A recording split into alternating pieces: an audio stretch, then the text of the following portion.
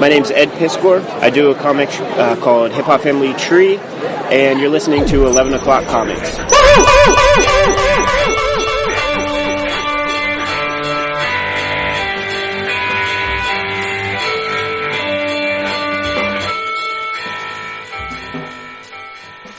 It's a different audio envelope this week.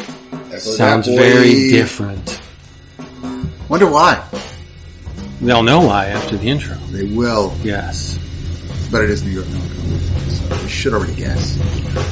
Ray Charles could see this coming. Ooh, nice. Remember, I saw what you did there. That one's a picture here. That is a man. Georgia. Hey everybody, it's 11 O'Clock Comics, episode 875. Damn! Live, sort of, from Casa Wood. Yes, sir. In beautiful New Jersey. In each other's presence. And I am Vince B. You are Vince B. I can see you right across the table. Because I'm here. I am David A. Price. That is true, and of course I am Ambush Bug. Oh, bring down the room. Right out the gate. You're not the Ambush Bug. You're Jason Wood, everybody here together on this, the eve of New York Comic Con. And you all know what that means. That we gather together at Jason's home. We're all live, in the flesh. We can see the reactions of our words. I can pinch you. Like Jason's going to be eye-rolling, making that squinty-ass really? thing. Yeah. Really, David will just be dude? blinking at me. So remember, everybody, this episode has been brought to you by CheapGraphicNovels.com. What? Cheap Graphic Novels. If you want to pay less for omnibus editions, trade paperbacks, manga, just go on over to CheapGraphicNovels.com. They have everything you want. Remember, there's two things related to CheapGraphicNovels.com that you should remember. The first, Nick and Dent sale is in effect. Lots of stuff available at a fraction of the cover price. Huge fraction. Know this, when they say Nick and Dent, you'd be hard-pressed to find said Nicks and Dents. And the second thing you need to know is that you will place an order because you love to save. That's who you are. And you'll get an email message. And you're going to reply to that email message saying, hey, my dude, 11 O'Clock Comics sent me. And they will gift you with free shipping on your next order. It's insane. It's beautiful. It's a wonderful thing. Take advantage of it. CheapGraphicNovels.com. You may notice by now that there is a blanket of static going on in the background. We don't know why this is. But I'm going to try and fix it in post, like they say in the business. I'm going to fix that fix that in post. So I hope I can do it. If not, endure. I don't know what to tell you. There are gremlins that run around the wood abode that just love to pop up on this night. It's the hatch, man. It pisses me off that we could record this episode on a cell phone better than what we have right now with $100 microphones. It's weird. It doesn't, and a $3,000 Mac does not make sense. It doesn't. So anyway, enjoy this for what it is, and yeah, we're going to try to make it up to you next week. Oh. I don't understand what that means. Because we have a guest. Oh, you meaning the listener? Yes. Oh, yeah. Not you, Vince. Well, that'll definitely make up for it next week. For real. Yeah. Yeah. If it comes to pass. Yes. It's true. Yes. So, before we get into the drink roll call, I'm going to tip out a little bit of this beer. Well, no. If the amount of liquid spilled is in any relation to the target of the spillage, then I should pour out a couple cases. For sure. Because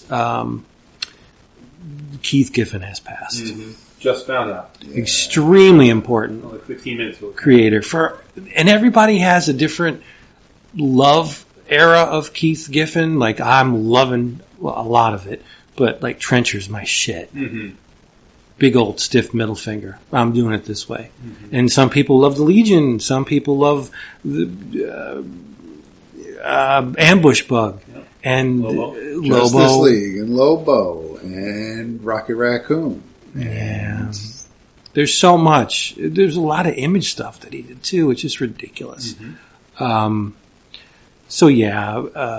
Keith Giffen has left us.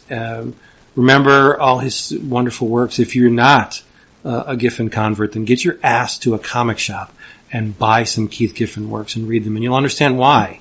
We can never give back to the dude for all the stuff he's given us. 70 years young. Yeah. And he had just joked on the social media the other day that he got out of going to New York Comic Con because he was sick. So, cool face. Yeah. So, he passed away from a stroke, for those who don't know. So it wasn't expected. R.I.P. Keith. Yeah, big time. So what am I drinking? Well, actually, I'm drinking an IPA, thanks to Jason. This is from Rogue. It is the Bat Squatch. That's pretty good. Hazy India Pale Ale. The ABV is 6.7, I think. 8.5, 8.7? Yeah, 6.7. 6.7. So I'll have to have a couple more of them. But yes, it's very good. Dare, Risk, and Dream. I love the illustration. Like, that's one of my favorites. I figured, that's why I thought. I have this can at home. Oh, nice. Okay. Yeah. Good. It used to be on my windowsill, but now Right on. the cat knocks them off. So. Yeah, I went to the Stowe trying to figure out which beers to get you, and I focused more on the art than... Who cares how it tastes? It's It's cool. cool. From IPAs. No, it's usually a good bet. Yeah. Because the nicer the art, the more budget they have for the production, the bigger the brewery, I would think. But that's probably bullshit. Whatever. What are you drinking? Well, Dap and I are both drinking Clos de Argentine Gran Corte Red Blend Reserve from Argentina. What were we having earlier? Oh, that's a good question. Okay. It was another red. Yeah, we were drinking a different red earlier, but we're getting after it in celebration of our in-person. First time we've seen each other in 363 days. Yeah. So This is a 50% Malbec, 40% Cabernet Sauvignon, and 10% Cabernet Franc. yes. Franc. Franc. Franc. That's a nice Frankenstein. word. Mm-hmm. It's French, isn't it? Franc. Yeah. Frankenstein. Very good. Yes. Conceptual continuity. I have a Frankenstein book to talk about tonight. Ooh. Yes, you Yeah. do. I saw your lists. Check your style. I saw your listicles. It was a really good week for comics. Yes! Man. Yes, stupid, silly. Really good. A little bit of nostalgia. Yeah. Dap and I'll tell you about that. Yep. A lot of the creepies this week. And not the magazine creepy, but in keeping with the season, the creepies and the crawlies. I didn't read any scary books this week. That's your problem. I watched a bunch of scary movies and now stunk. I saw which ones you watched. I that's could a have shame. directed you to You know. know how it is. You make a list of like random, and I'm like, I'm just going to go through the list because my goal is to watch 15, 20 each once over the month, but they've all stunk so far. So One of the absolute best. I don't want to call it a horror movie. It's a monster movie. okay, Dracula versus Frankenstein. the classic. No. Oh, No. It is Lon Chaney Jr.'s last role. J. Carroll Nash is in it. Dracula has an afro, and he's Russian. okay. It is Regina Carroll's in it with her big titties. It's a very low, obviously low budget, Yeah. but it is amazing. Okay. All right. Peep it. Yeah. You know they're making a Blackula redo? They're making Blackula. It's a good idea. Yeah, Why not? I think Original's a classic. for sure. Both of them. What do you think of the Conjuring universe? I saw the first and never watched the other. Okay. I hated it, but I've rewatched them. If you take into consideration, it is a dramatization. Uh-huh. Elaine, bit of a charlatan, Okay. right? I mean, come on. But I like what they did with that universe. Some of the effects are really well done. They're digital, whatever. But as time wasters, I don't think they're a horrible waste of time. Mm-hmm. No. Yeah. Yeah, I'm. She's much prettier than the real Elaine Warren. Oh, right. Like a lot. Mm-hmm. Yeah. Elaine was not a goddess. So the knees down the eyes? Yeah, all I know is that last year I feel like I had an almost perfect hit rate with different horrors. You were doing good. Yeah. But you were... I'll send you some. Yeah, it's cool. Yeah. I'm on the Shudder, just hit and play, Could be hit and miss on Shudder. For sure. Yeah. They paid big money for Mad God, and that's an atrocity. Well, we talked about that last year. Yeah, it was garbage. I mean, I hate to was say it. into it for like the first 15 minutes because I was like, man, like you can see how much time they put into the stop motion. It must have taken forever to make. Oh, 30 years. Yeah, but then I'm like, oh man, this really isn't going anywhere, is it? And then I'm like, okay, I can only watch like people getting covered in poop. Yeah, well, I mean, I'm down with that. But there was no point to it. It's like, okay, like it's basically was just so. Yeah, I thought that was was a slob. But he thinks it's his. This is my masterpiece. Yeah. So say we all. All right, let's talk comics. What we got? Let's start off with the big one. Superior Spider-Man? No, stop. No. No, dude. Oh. The Mysteries. Yeah, that is a big one. This is... I wish somebody posted about that on Slack. Didn't Caleb post that? No, I mean when it was announced. Oh, when right, yes. So, for those who don't know what we're talking about, The Mysteries is a brand new book by Bill Watterson and John Cash. I don't know how to say it. Cash. Okay.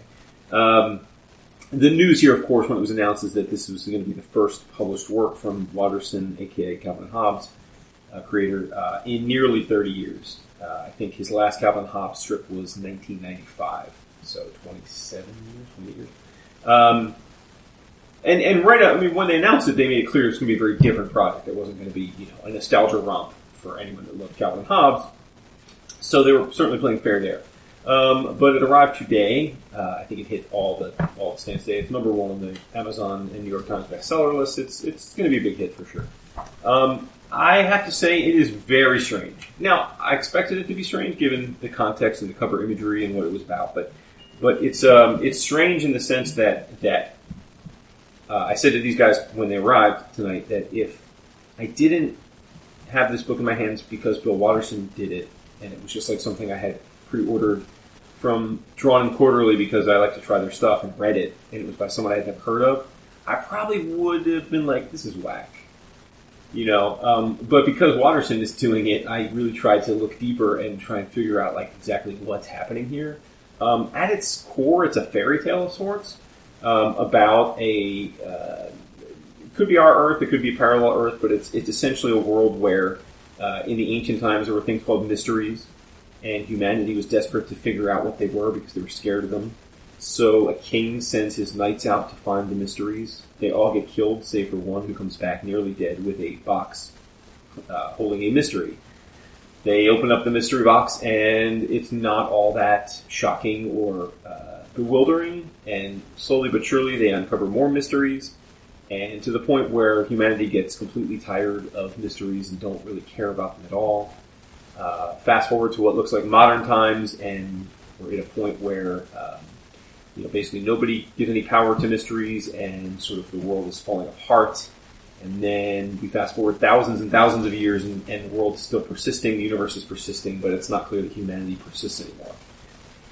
And I guess my reaction to it is like, okay, it's a pretty on-the-nose commentary on sort of like, humanity's inability to be imaginative, creative anymore, and also that, we're pretty much destroying the Earth through, ecological damage. And that's all fine and dandy, but I don't know, man, like, the way it's structured is structured like a children's storybook. There's one image on the right side, and then there's 2 or 3 sentences, 2 or 3 word groupings on the left side. And it's a pretty short book. There's maybe, 40, 45 images. So I don't know what to make of it. I have to stew on it, honestly. I mean, I read it an hour before you guys got here, and because I knew people would want to hear what we thought on it.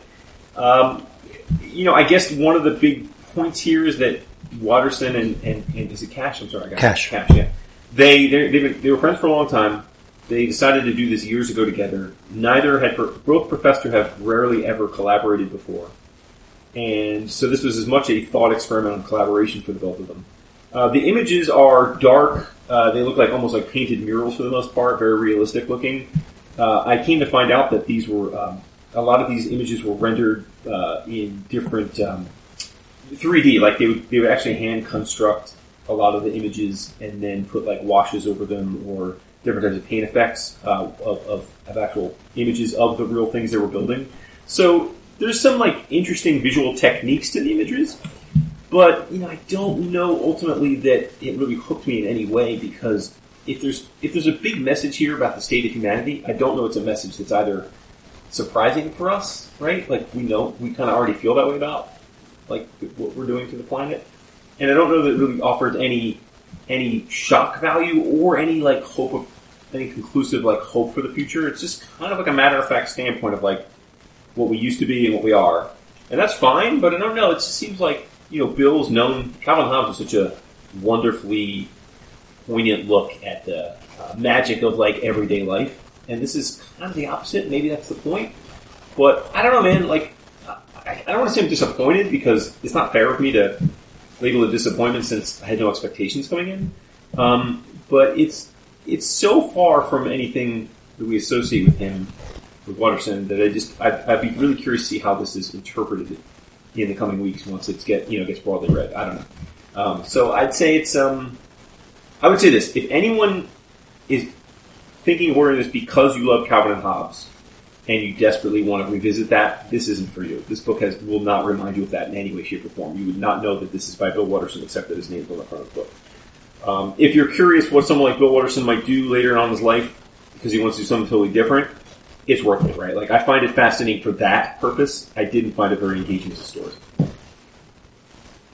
I guess that's fair, right? Yeah. Is that image on the cover inside the book also? Yes. Okay. Yes. In fact, there's a YouTube video of them talking about their collaboration, and they show them making this hut. Taking like pieces of cardboard and cutting them with an X-Acto knife and building a hut and then painting the roof thatching. So, like I said, there's a lot of physical craft that went into making the images that I don't know necessarily is conveyed in the image itself. Were you not aware of that from like the back matter of videos? So, yeah. I understand the process. Mm-hmm. Expending time and energy to create a 3D model for a 2D image is crazy to me. I mean, okay, Viewmasters. For decades and decades, that was the way Viewmasters did their thing, right? For the most part. And I love model making and tactile hands-on stuff. But the fact that this book took so long, and it's by two greats that are known for not 3D model making. Kascht is noted for his amazing caricatures. Right. Watterson is known for Calvin and Hobbes. Yeah. To just buck expectations and make gothic-looking, creepy models and figures, it doesn't make a whole lot of sense to me. Yeah. I'm looking at it and it looks great, but wow, I'm shocked that that's the avenue they took to collaborate. But maybe they just wanted to burn some creative energy because Kascht's process is very, he has it down. He does characters in a certain way with beautiful thicks and thins and he captures everything. That is so far removed from what he does on a day-to-day basis. Yeah. And same thing for Waters. Yeah. I don't understand the lot. Well, maybe the point is it's not logical. Yeah, I mean, I think they just had an itch they wanted to scratch and more power to them, right? I mean, I don't begrudge them that, but... No, well, why would you? I would have thought there was more of there is a narrative, in fact, I would imagine they think the narrative is an important part of this, but I thought the narrative was very, surface, Right. So. Que sera, sera. I mean, I'm happy to have experienced it. It's an art object, if anything. Sure, yeah. I mean, and it's a square-bound, velour cover, glossy cover image. It's a well-produced book. It's Andrews McNeil, I think, is the publisher. So I have nothing, no complaints on the product itself, but yeah, it didn't bowl me over. This was not, this was not some stereotype polyp, I'm back after a few decades and look what I can still do type of thing. Yeah, get it. Totally get it. 100. Dap. I finished, thanks again to Davin, Minor Threats. I laughed a few times. This is written by comedian, actor, writer Patton Oswalt, and Jordan Blum, illustrated beautifully by Scott Hepburn, colors by Ian Herring, Nate Picos on letters. It's a story about villains, mostly C-list villains, the ones that really kind of get overlooked when big things go down. And apparently, 'Stickman' is the main villain of the story, and he wants to be, he says he is the arch nemesis of the Insomniac, which is this world's version of Batman. And Stickman went and did the unspeakable, and he basically killed Kid Dusk, a.k.a. Robin. Not Kid Dusk. Right? What? I know. So Insomniac is going absolutely... It's insane. I wonder who the third's going to be. Too soon. Too soon? It's Keith would have left that. So Insomniac is just going buck wild and maiming everybody he gets his hands on, and his Justice League is trying to put a stop to that because they don't want the world at large to know that one of their own can go crazy and just go on a murder spree. So the C-listers are teaming up to take Stickman out so that Insomniac can kind of just go back to being his normal self. Playtime, who was the sidekick and the daughter of the Toy Queen, she's kind of running things, and her group, ragtag at best, do not really work well together. Snake Stalker, who love to think he was right out of the Serpent Society. He answered the LinkedIn. They didn't call him back. He shows up with his nemesis, his sidekick, who's basically been mangled. Oh, I see that. That looks good. That's the thing about that book. It looks Hepburn it looks good, phenomenal. Oh, yeah. No, it's a gorgeous book. Going in like though, Copperhead actually. Yeah. There's one name on that cover that dissuades me from reading something all the time. Who's? Patton Oswalt. Really? I've never read a Patton Oswalt comic that I enjoyed. Huh. But Have you read it?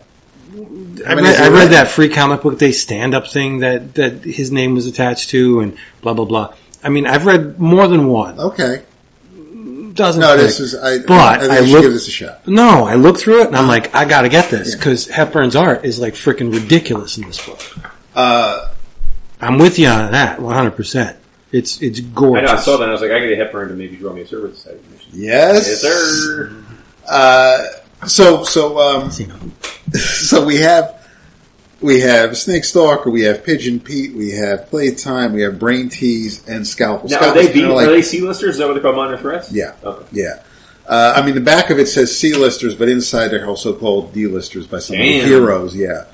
It's a rough brother out there. So Playtime, her mom, her mentor, Toy Queen, she's also Insomniac's nemesis.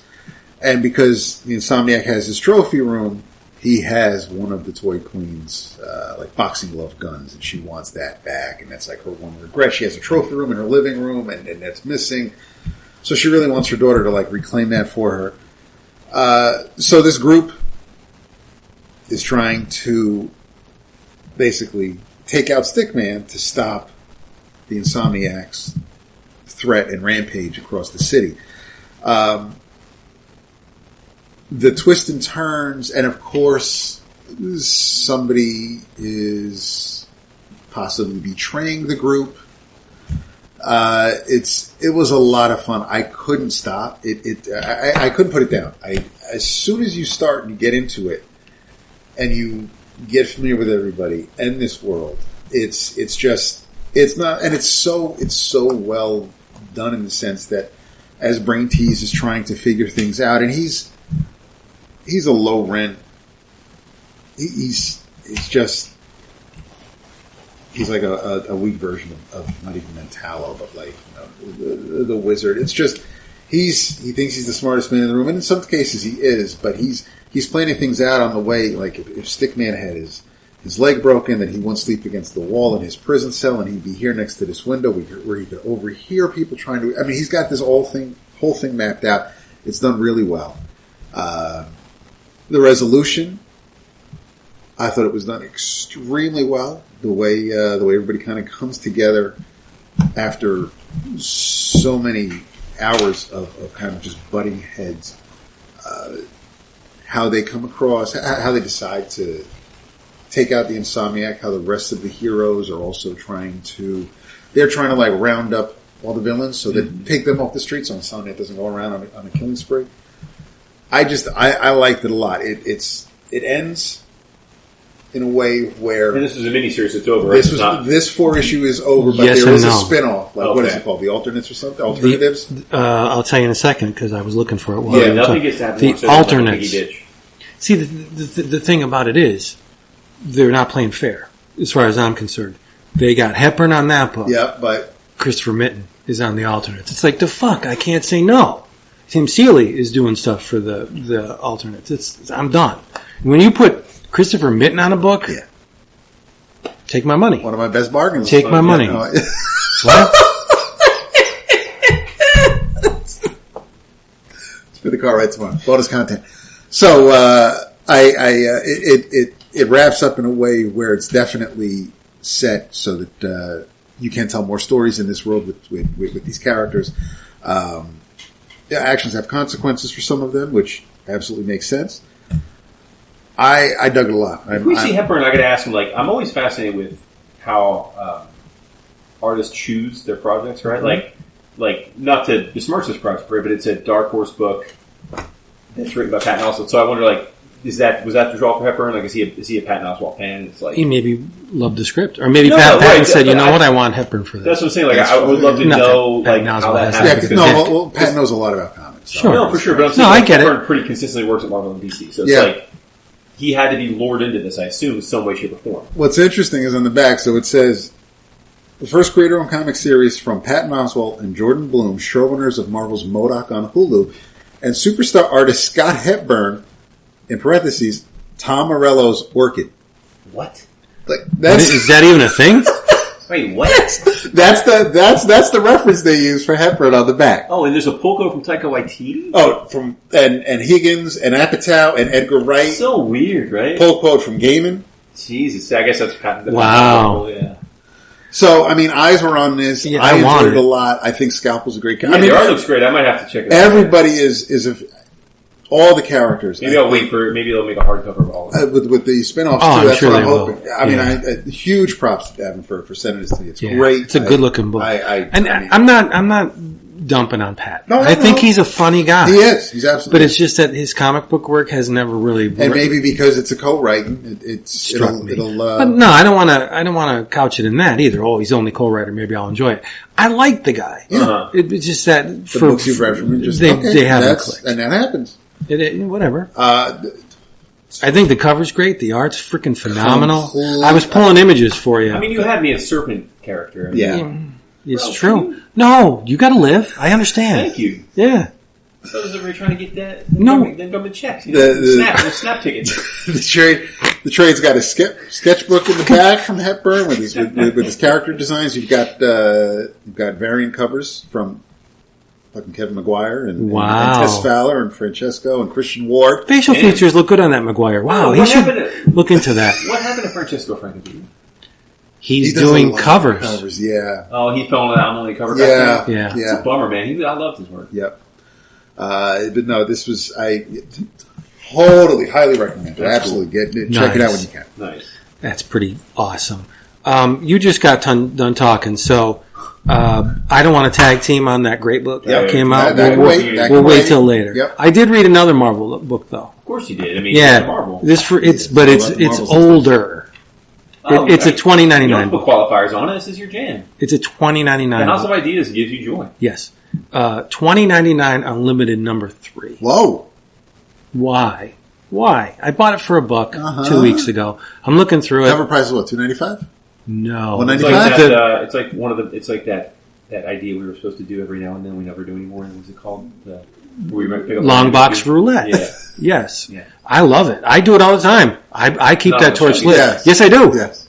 All right, whatever. But I think it was $3.99 because it's an anthology and it's about. It may be 60. Paper. It may be 64 pages. Maybe $3.99, $4.99. I don't know. Okay. It's up there. Right.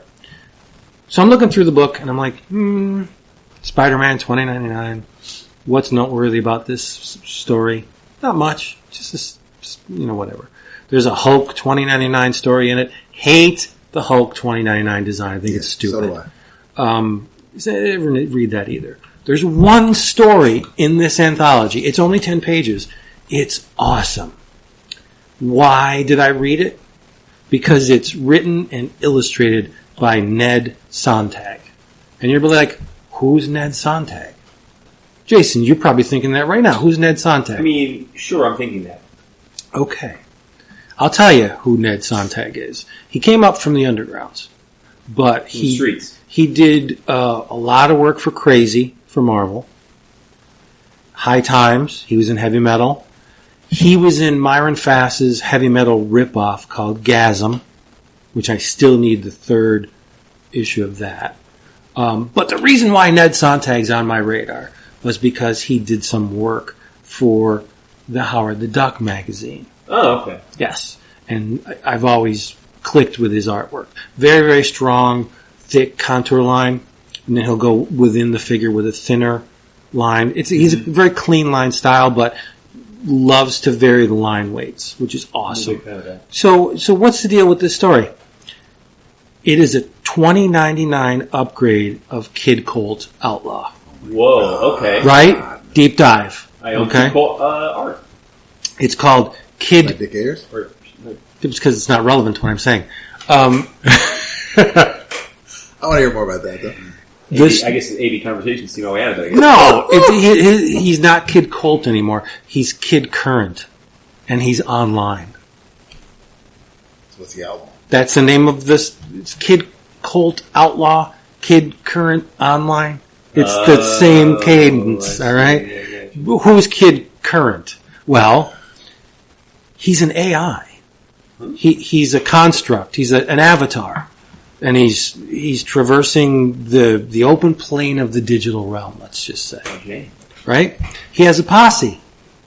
He's got a cyber wolf companion named Cursor. What? You're winning me over now. Right? He has a trusty steed named Heuristic. I got you. Yeah. He's got a plucky sidekick named Scrappy. Like an old man. I'm tootin', I'm coming. But the deal is, Kid Current, if you're drinking it, who is an AI himself, created Scrappy. So you have an artificial intelligence creating pseudo-life. But within this digital realm, it's life, right? Sure. But the thing is, what was this published? It's $20.99, so let's say 90 something. That early on? Yeah, around there. Yeah, I should have got the date down. I'll tell you. Well, because obviously AI and all this stuff is now top of mind for people. But right, then, right. It was definitely more but everything within the digital realm should have an analog in the physical realm. The thing about Scrappy, he doesn't have an analog in the physical realm. So that's the noteworthy thing about this. And the creation of Scrappy fascinates Kid Current's co-creator and his digital mentor, a man named Duke Stratosphere, who is of the Guild of the Net Gliders. And he arrives just in time to see poor little Scrappy derez. He dies. Wait, what's going on? Poof, the thing just blinks out. Problem is the meat puppets are messing around with the magnetosphere, and it's throwing cyberspace into chaos. So Kid Current spends the whole rest of the 10-page story hopping around cyberspace, and he uses a flesh bag as a husk and jumps into the physical world. So he's trying to pinpoint the source of the disturbances, and he's helped out by somebody who manifests from a flock of Times Square pigeons. You'll never guess. Nikola Tesla. Love it. I'm like, what? This is amazing. Tesla tells him, hey, the deal is Alchemax is applying Tesla's inventions to tap into the magnetic field to generate free energy. And somebody does not want this coming to pass. So that's what the deal is. Tyler Stone makes an appearance just in time to connect it to the wider 2099 universe. But the story could have come from any publisher. There's not a 2099 character on every page, is what I'm saying. Okay. And that's why I love this story, because number one, Unlimited was an anthology. So you could do anything.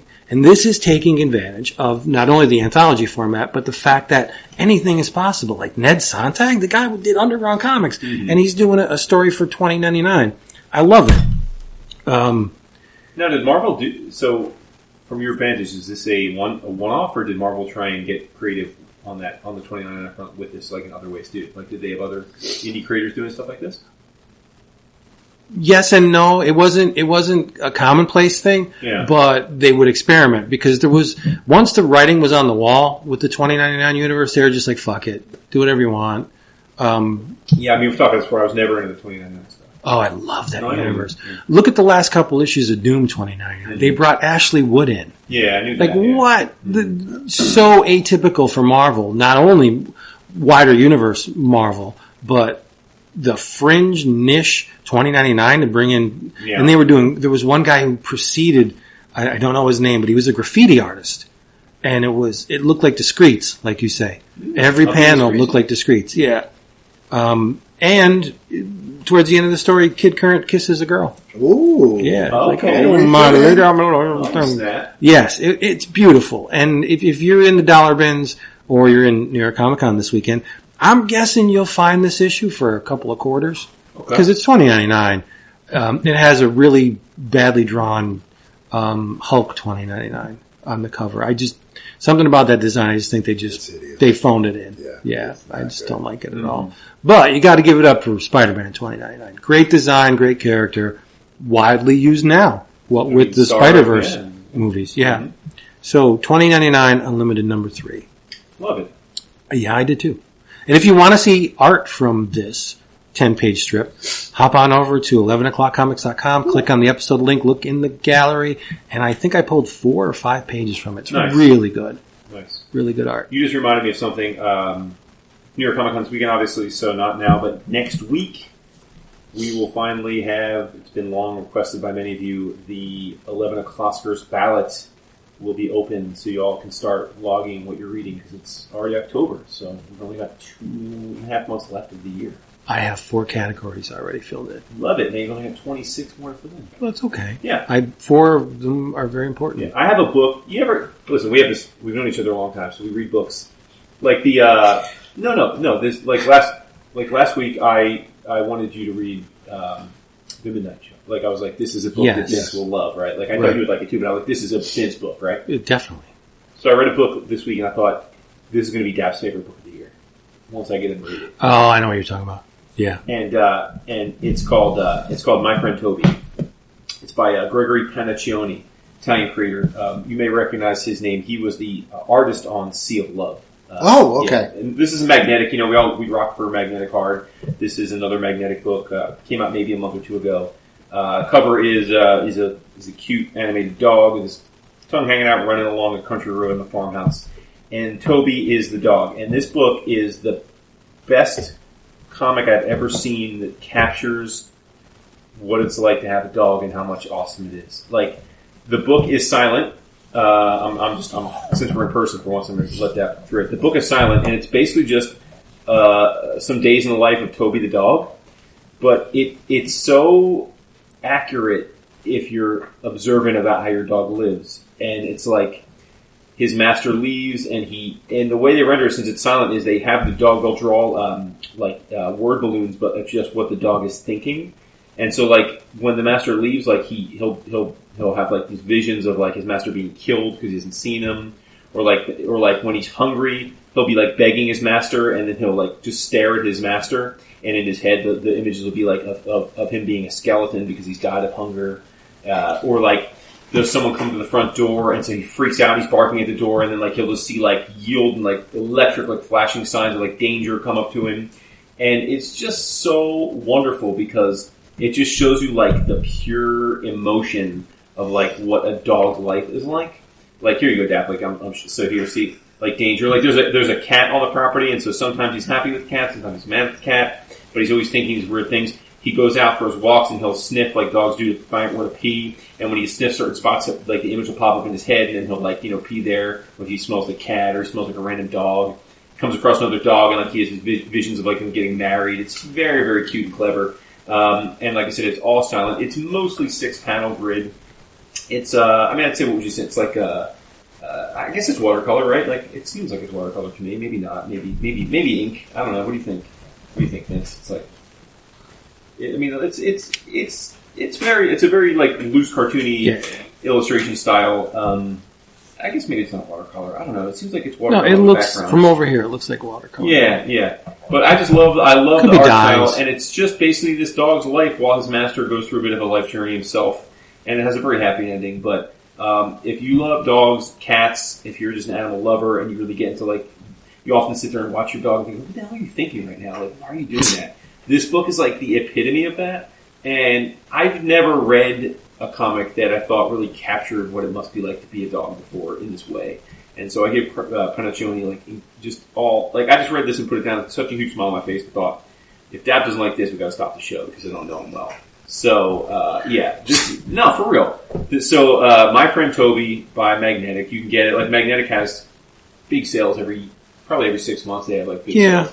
So if you haven't pre-ordered it, you'll be able to find this. And as you know, we are big fans of almost everything Magnetic does. So generally speaking, when they have one of those sales, like you can't go wrong to like just pick up a bunch of stuff. But I just thought this is an absolute treasure for any pet lover, any dog lover. You're going to absolutely adore this book. And I'm here for it. So My Friend Toby. There's Magnetic Kickstarter right now, right? By Matthew?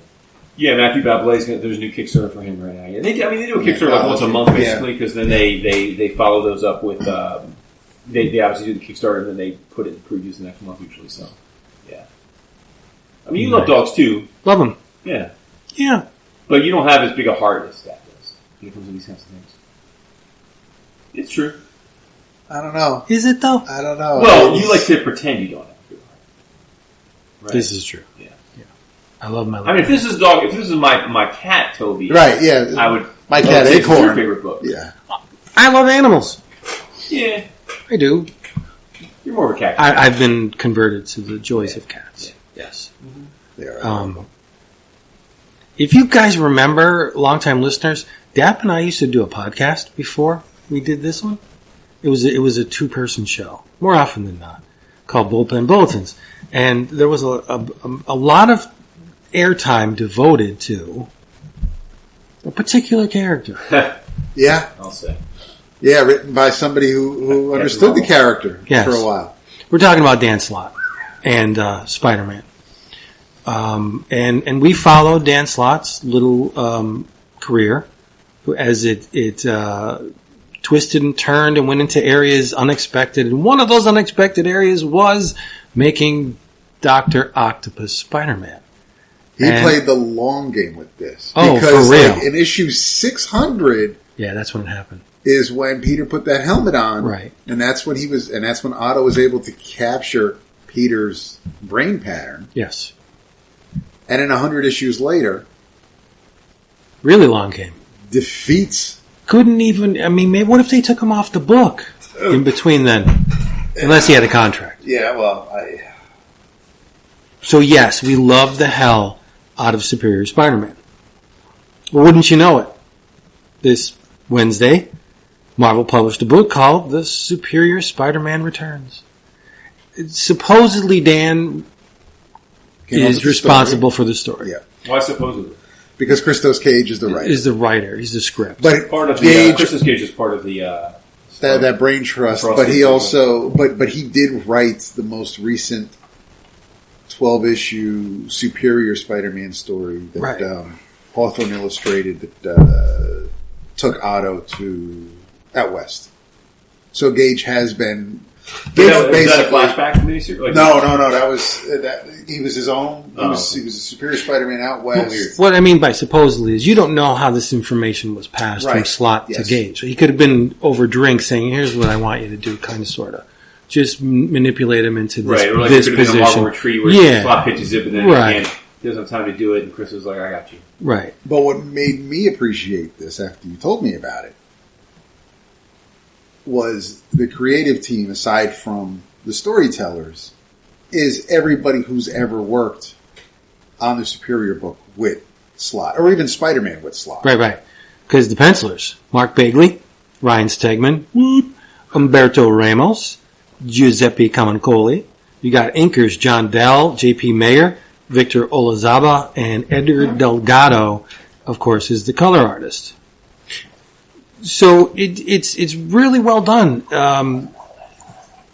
The framing sequence is that we got some Otto monologuing about how he was trying to find a new avenue into fusion technology. That's how he became fused with the tentacles, right? And it never really went right, and he knew he was making headway into it when his world fell out from underneath him and he found himself blah, blah, blah in a new body, and some of the details during that period are not entirely clear. And the rest of the issue is flashbacks of Otto as Spider-Man. And it's a series of, if this story was a Tetris game, you would win. Because the pieces for Otto fall perfectly into place. Mm-hmm. He's going after a villain called Slide. Of all characters. This was a character who when the Falco and friends were on Spider-Man, Amazing Spider-Man, that's when this character showed up. Slide with a Y. Yeah. The thing about Slide is his costume neutralizes friction. Mm-hmm. So that's useful. It's like living KY. Yeah, okay. That's useful. Oh, I'm sorry, dainty all of a sudden. No, I'm not dainty. And Slide stole something. What about Cardiac? Does he show up? No, sadly. We like Cardiac. Yep. Yeah. What was the element? Tritium? Yeah. Tritium. No, tritium. Tritium. An element that is also very useful to Otto's plan. See, here's the deal. Cops come, they're like, hey, Spidey, thanks for all this stuff. You want us to take care... They do. You want us to take care of this, and Spider-Man, aka Otto, is like, no. I've taken care of it. I've neutralized the costume. It's away, and I've taken the... Unfortunately, the tritanium was the tritium was washed away. During the incident. He's skimming. He's taking the stuff for himself. Because Slide is about he's lying. But before he could finish a sentence, his mouth is wet. Yeah. Okay. So he uses these things to try and gain headway onto the fusion process, but he can't do it alone. So he needs an assistant, and he brings in this young lady, Ms. Lopez, and she's whip smart, right? She becomes his gal Friday, basically gets to the point with Otto that she's finishing his sentences, and it's her, it is she. This isn't the midge, right? Stop. Don't call Anna a midge. No, it's not Anna. Dude, Anna does appear in the story. I know, he hates Anna. I love Anna. Anna's the best. She is. Anna's perfect for Otto. There's one line in this book, I'm sorry for stepping on it, where something happens and Otto just wants to celebrate. And shit goes south and all of the power goes down. And Otto says something like, he doesn't want to get involved, but he wants to get involved because Anna may be at risk. Like, that's his motivation. Not going out and doing what's right, going out and getting to the bottom of it because it could affect the woman that he loves. Like, that's awesome. And to your point, when he's talking about getting an assistant and you asked if it was Anna, he tells her, no, you're not going to be my assistant. She's like, well, I'm too dumb, I'm too frail. He's like, no. I need an assistant so this way I have more time to spend with you. Right. And this is Otto. This is the best, right? So she basically finishes his sentences, but it is she, this Lopez woman, or she's a young lady, that suggests that Otto invert the equation, and that makes the process work. And he's like, oh my goodness, this is great. I'm glad I came up with this idea. And he gets on the phone and he's like, Anna, well, first he goes, we're going to go to Tavern on the Green. And Lopez is like, this is awesome. I've never been to Tavern on the Green. Boop, boop, boop, boop, boop. Otto picks up the phone. He's like, Anna, get your best dress on because we're going to Tavern on the Green. And Lopez is like, the fuck? Because he's on the phone, he's like, I did it. I figured it out. I should be celebrating but it was she that figured it out. So she's got a little bit of a bone to pick with Otto. She feels slighted, discarded. Yeah. And she goes back to the lab and fucks around with stuff and ends up becoming, it's reminiscent of a lot of origin stories. She's pelted with this strange fusion energy, and she becomes Supernova, which is a cool. Oh, Anna gets powers? No. Estrella. Listen to Anna. You're not listening. No, I am. You're mixing women. Yeah, Anna's only in it for a couple of scenes. That's it. But the thing about it is, he encases her in this dodecahedron. The frictionless material from Slide, right? The tritium. He encases her in this dodecahedron and basically forgets about her for X amount of years. But also not because he wants to forget about her. As the framing sequence at the beginning, he doesn't remember why. Right. He doesn't know what the hell is in this device because of the brain transference, the body transference. He's fuzzy. He's a little fuzzy. He's like, I know I did something, right. But and he just opens the wrong panel a crack, and she comes out, and she's gonna fry his ass. But this is not the object of her scorning. She wants Spider-Man. But she, of course, doesn't know that at the time Spider-Man was Otto. And here's Dr. So here's the person in front of her that she wants to take out, but she has no idea this chubby bitch in front of me. This is not the hot man that... Dude, hilarious. I can't say bitch, but he can say chubby bitch. Well, Otto is a chubby bitch. Anyway. Body shaming is body shaming. So this is a one-shot, but... I'm not shaming. I'm shaming Otto. He doesn't even exist. Derogatory. Yeah. And he's going to use Supernova to get his revenge on his most hated arch nemesis, Spider-Man. So that's where the Superior Spider-Man series is going to start. But not in love with that cover. No. I will say, out of all the artists that are responsible for this issue, Bagley's at the bottom. Yeah, I mean, of the four, he is. He's not as strong as the others. Camuncoli does a great job. Ramos, I always love seeing Umberto.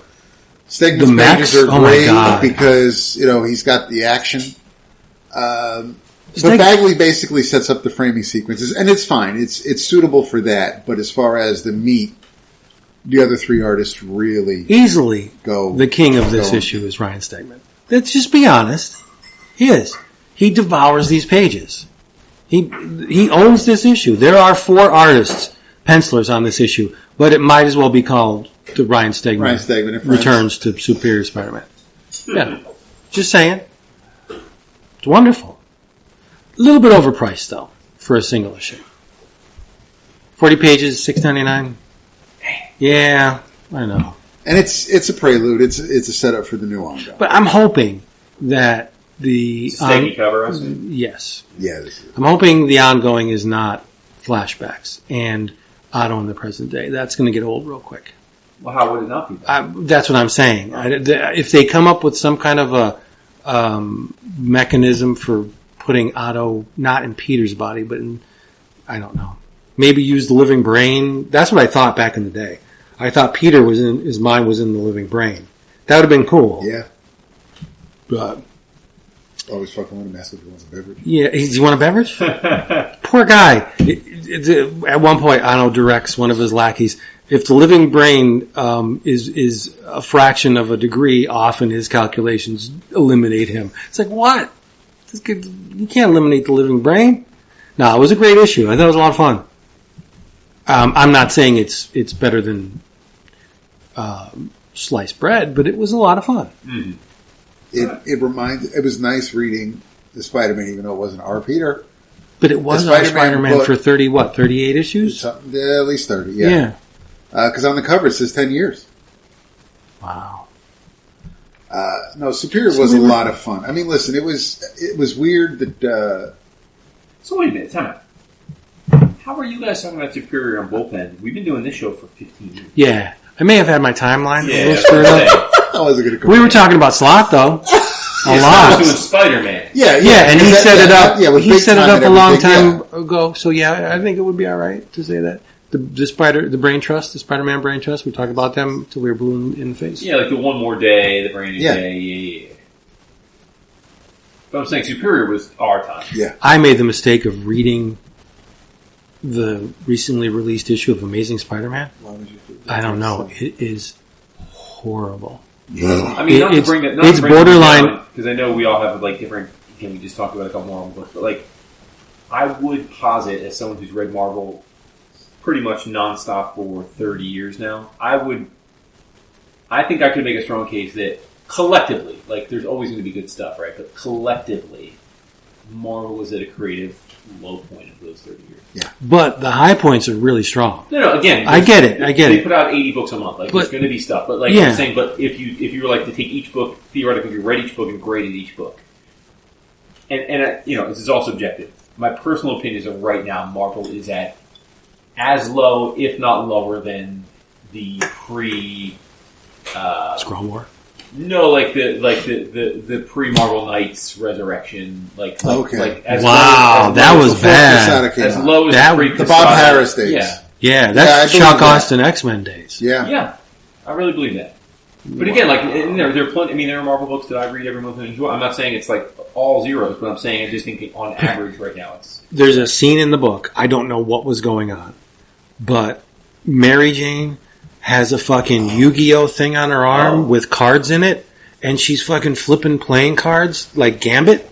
Oh, so like I think maybe she like a tattoo. So no. It's like a mechanism that looks like. You ever see the early days of Yu-Gi-Oh when he had the card thing on his arm, and she's flipping cards all over, and they're glowing. I'm like, the fuck am I reading? Huh. It's atrocious. Okay. It is lit. Peter Parker has the Green Goblin's sins or something, and he's dressing up like a goblin, but he has the spider costume on, like and he's attacking people that he like wants to kill Mary Jane and wants to. I don't understand it. I don't want to understand it. I didn't like it at all.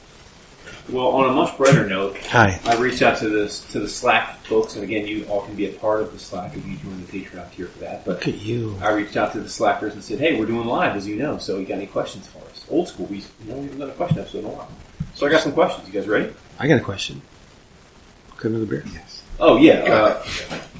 Dap will get you. It's in the garage. Yeah. Okay. Well, we'll do. We'll wait for Dap. So now, and some of these questions are not like spur of the moment questions. Like we'll have to give them some thought, but we'll try and catch it. Like for example, our buddy Larry says, "Can you give me the top 3 books published in the last 5 years?" I mean, that's not like a spur of the moment, I think, answer. That's I need to really think on it because we've read hundreds, if not thousands, of comics over those 5 years. I know one of them. Okay. Providence? Was that within the last 5 years? Actually. Really? Yeah, that's what I'm saying. All right, so maybe not. I have to research that. Thank I mean, you. I actually think it's a good question, but I think it's almost like an episodic question. Like you have to like do a research. Yeah. So I mean, I'm not trying to downplay the question. I'm saying like it's hard to kind of do that on the fly. But I realize we do have a lot of newer patrons and listeners. You know that. So some of this ground's maybe been covered for the old school people, but for the new school, it's new. So our good friend Raj, who we're going to see tomorrow, he'll be at the con. Yay! Actually, no, I think he's not only coming for the weekend, but we'll see him at the con on Saturday. Says, when was the first con you all decided to get together? Now that's an interestingly worded question because there's a bunch of different ways we could answer the idea of like our first con together.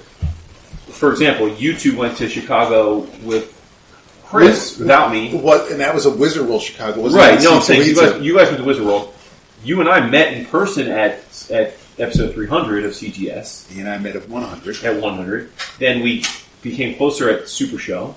Yes. Which was the following year. I met you at, what was our first con together, C2E2, or was it New York Comic Con number 2? It may have been C2E2. Because there was one New York Comic Con you couldn't go to, or he couldn't go to? Which one was it? The one where you guys stayed at the Lullaby of Old Broadway. Yeah, so you couldn't go, why couldn't you go that year? Mike went to that one. My cat was sick. Right. Was that the guy jerking off? Yeah. Yeah. Oh, we might as well go there. We stayed at back then we were I guess we weren't that young, but we were young enough and poor that we were cheap and we wanted to all stay in. Yeah, I don't think you've ever qualified as poor. Just saying. Collectively, I'm saying. Okay, collectively. You brought it down. With the average of everybody, you guys brought it down. I was poor at the time, just not when you knew. But anyway, but back in the day, we would stay, a lot of us would all get a room together. Like, I think at one con we had like 12 people. It was ridiculous. We had Raker, we had... Tom King. But the one con you're talking about... No, that was the Airbnb in Chicago. Right. We were staying at a con, and who was the person? It was Freaky Tiki's LCS owner, right? Yes. So we have a friend, Tim Rackrich, longtime friend of the show. Maybe this isn't a good idea. Freaky Tiki. He's like, my dude, relax. No, relax, come on. And we were staying, somehow we got hooked up with, we were all going to share this room, and Tim's friend / LCS owner was also, and I don't know if he came home unexpectedly but we may or may not have interrupted him something. in You had the iPad out. In flagrante leftist. The iPad was out. My man was topless business. More power to him. I mean, we all do what we do. But that's a memorable thing. It was. How do you forget that? When I think of con stories, though, the one that always comes to mind was Loika with the condom. Yes, that was me. That was great. Wait, we got the room for free. Oh, it was you. You were there too. That was me. Oh, I didn't realize that. Yeah, it was me because it was so. So it was I think the second New York Comic Con. I was there. I met Pat. Me and Pat got there first, then Dave Wachter, then Vince. But yeah, as soon as we threw the sheets back, there it was. There's a used condom right in the middle of the sheets. It's permanent. So they gave us a different room. Right. Pat being in the hospitality industry at the time, he flexed some muscles. But we got a room. So we didn't stay together again? Not at that year. That year was pre. That was first? That was second. Because first was him and Marty meeting Miller. Second New York Comic Con? Mm-hmm. You and I did, though, right? Wait a minute. Who did the second one? Nobody? No, I was at the second. I've been to every New York Comic Con, but not as our crew. Right. Huh. Me and Marty were at the first one. Yeah, I've been to the second pretty much. And then but we didn't stay together at the second? No. See, it's so funny. You get old, you recreate history. Like, in my mind, we started the show after the first New York Comic Con and been together ever since. Yeah, so the way things worked is that first Wizard World that Vince and I went to, that was 06. So that September but we were doing the show was when Bullpen Bulletin started. It was 06. 11 o'clock was it? But I was like, I can't make it. 2008 is when 11 o'clock started. Huh. See, it's so weird because in my mind, you guys went to the Chicago Windy City, to Wizard World, and you guys asked me to come. I was like, I can't swing it. I can't make it happen. We went. Vince and I went to. Did we go to 2 Wizard Worlds? 06, 07. Oh, okay. Huh. And then we just. And then we realized what a good con is when we stopped going to Wizard World. So it was New York, and then C2E2 when that started. Wait a minute, are you sure? Because I remember when you guys went to Wizard World, the second was when Ringo died, right? I don't think it was that. Because I remember us on the show with Niesman, and you guys spent the whole time talking about when Ringo dying, how weird the room was, and how weird the whole vibe was at the con. But that was Wizard World? And I'm like, I wasn't there, so I'm like, oh man, that sounds like a bummer. Don't look at me, I don't remember. He remembers. Like, I remember early in our show, you guys went to Wizard World, and all of you were there, I wasn't there, and then I was like, how was the show? And then you talked about how Mike Roingro died, and how, before, and how it he's right. It brought the whole show down, and I was like, oh man, that's a bummer. Was it a Wizard World though? That's what else could it have been? We went to.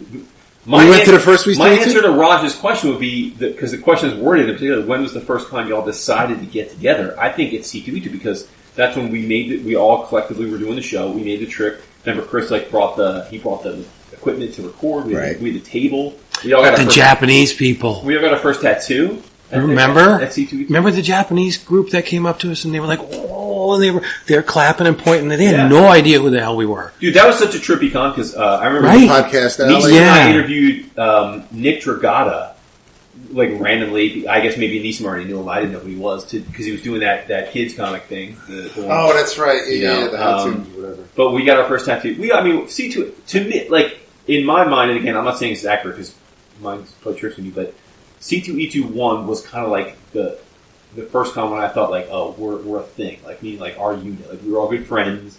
We together. We had a great time. We stayed together. We got tattoos. We did have a good time.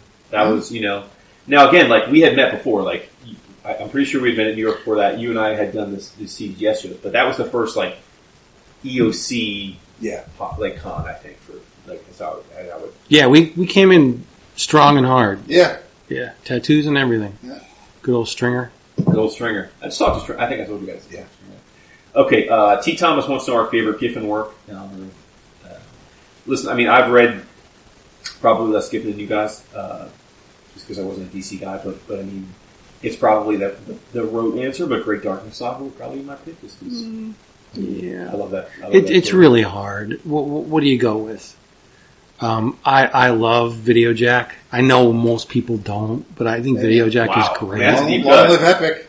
Yeah, I love Trencher. You do. Yeah, you do. Yeah, you talked about that a lot. And I've got some images of Shadowhawk in my bag for you. He did an issue of some offhand Masters of the Universe Hordak special. It is gorgeous. Mm-hmm. OMAC is great. Right. Yeah, I like OMAC a lot, too. I mean, I never read it. Right? That probably would be March Hare. But I mean, Justice League is a collaboration. I firmly believe Justice League is not. Yes, Giffen was involved, but it's Giffen, it's DeMatteis, it's McGuire. It's a whole group there. Right. You can't. Same thing. You can't say 52 because there's so many hands in that as well. Right. I mean, you could say if you limit it to solo Keith Giffen, I'd have to go with Trencher. Interesting. I mean, you were a fan of the Wahaha stuff, right? Oh hell yeah. Who Yeah, is it? I mean, I really enjoyed that, but I read it like 25 years after it came out. Right. So it's like, Yeah, I'd go with Lobo. Okay. Now, Francisco, again, like, I love you, brother, but like, his question is, what's your favorite story arc? I mean, of all time? Like, I don't. Today? Yeah. It's a broad question, my friend. I don't know that we really can like do this. You fine tune that and we'll answer it. Yeah. Bill Z, though, threw me a loop. Bill Z's feeling frisky this week. Oh. Yeah. It's alright. Do you believe in an afterlife? Now, I think this is an interesting question because he's listened to the show from the start, and I think he knows where we all stand on this. I'm an unapologetic atheist since I was like 12 years old, so I do not believe in an afterlife. I think you sort of do conceptually, but like I definitely do. Not religiously, though. Right. Yeah. So that would make you like a... I'm an agnostic. Yes. Yeah. Yeah, I always try to figure out if I lean more agnostic or atheist. I like to think that all of this bullshit has a payoff somewhere. I would like end. to think that, but there's nothing to tell me that there is. Otherwise, what's the point? Right. What have we learned? Why are we enduring? To make it better for the people after us. Who we will never know because we just blinked out of existence. Right. I would opine that that's why, and I don't know how deep we're going to get with this tonight, but like, I would opine, and I've tried to instill this with my sons, because I see like some of the traits, and we've talked about this before, like when you're a parent, right? Like, I don't know about where you stand on this, but for me, there's like two sets of things that worry you as a parent, right? The things they do that are just like you, like, in other words, that you've passed on to them that you don't love, or the things they do that are like anathema to what you're about, so it scares you. The things that bother me more are the things that like I've passed on to them, because it's like I feel like I'm to blame for those issues. And they both, like my two college-bound boys, have that part of them, like they want to be like world conquerors, like I need to like conquer the world, And like I try and pass on to them, like again, it's like hindsight 2020, like all we have is this, like this journey, like from my vantage, again, I'm not a really person. All we have is this journey we're on, whether it's 50 years, 70 years, 90 years, whatever. Like, this is it, in my opinion. So, and it took me, 40 years. I mean, when you guys met me, I wasn't of this mindset, but like, I am now. You just gotta really enjoy it sounds cliche, you gotta just enjoy the now. Like, this is important. Sure. Us together is important, like my trip to Italy with the family, like, that's super important, because that's really all there is. Like when I'm gone, you like what does it matter what my legacy is? Like, why does it matter if anybody remembers me other than the people that I spent all my life with, right? So, like, so for me, it's like, the now is what matters. Like, right, but from a creative standpoint, I can understand artists wanting to outlive their work. No, you mean their work outliving them, right? Yes, yes. You said it the other way. Well, it's the beer. No, right. Yeah. Just think about it. Like, how many... It's not just hubris. That's like... No, I don't think it's hubris. No. Explain that. Maybe finding comfort in the fact that their stuff will outlive them. Like, say, David Bowie. I'm certain that there will be people listening to Bowie hundreds of years in the future. Sure. That's a long lifespan for a person. Albeit they have passed. Bowie, though? He's gone. He's worn through. Right. But to have your identity perpetuated after you've passed to wherever, if anywhere, that's pretty powerful stuff. But is it powerful because he knew at some point in his life that was likely? No, he was probably doing it just to make money. Yeah, but that's why I get caught up in it. But it became something else after a while. Right? It's like we're all art fans, right? Like, I mean, we have tattoos of art. Like, I've got a Basquiat, you know. So, yeah. But like, Basquiat died in his, what, he was 26. And people are still talking about him. No, exactly. But does that matter to him? He's gone. Like, his life ended when it ended. He's exponentially more popular in terms of like the value of his art, the perception of his art now. Like, his family is insanely wealthy now, right? Like, sure. Like, and that's cool. Like I'm actually happy for that. Like, because, you know, whatever. Right. But like his life, like his journey ended when it ended. He made art to make the art, and whatever happened from there is literally irrelevant to him. Like, he's gone. It doesn't Like we go to museums, we look at Picasso or Monet or Degas. Pick your. But they're gone for hundreds of years. Like that reverence that we have for them. Not only does it not conceptualize for them, they didn't even ever think about it because they were living in the moment. But you have to have reverence for the artist because those works didn't just spring from nowhere. But what I'm saying is, our journey, like our appreciation of their art, is part of our journey. It means something to us. But the work doesn't mean. I don't think Monet gives a hoot that I care about his art in the museum. Right, but the work will live on. The really, really good work will live on, like Basquiat. That stuff's never going to go away. Sure.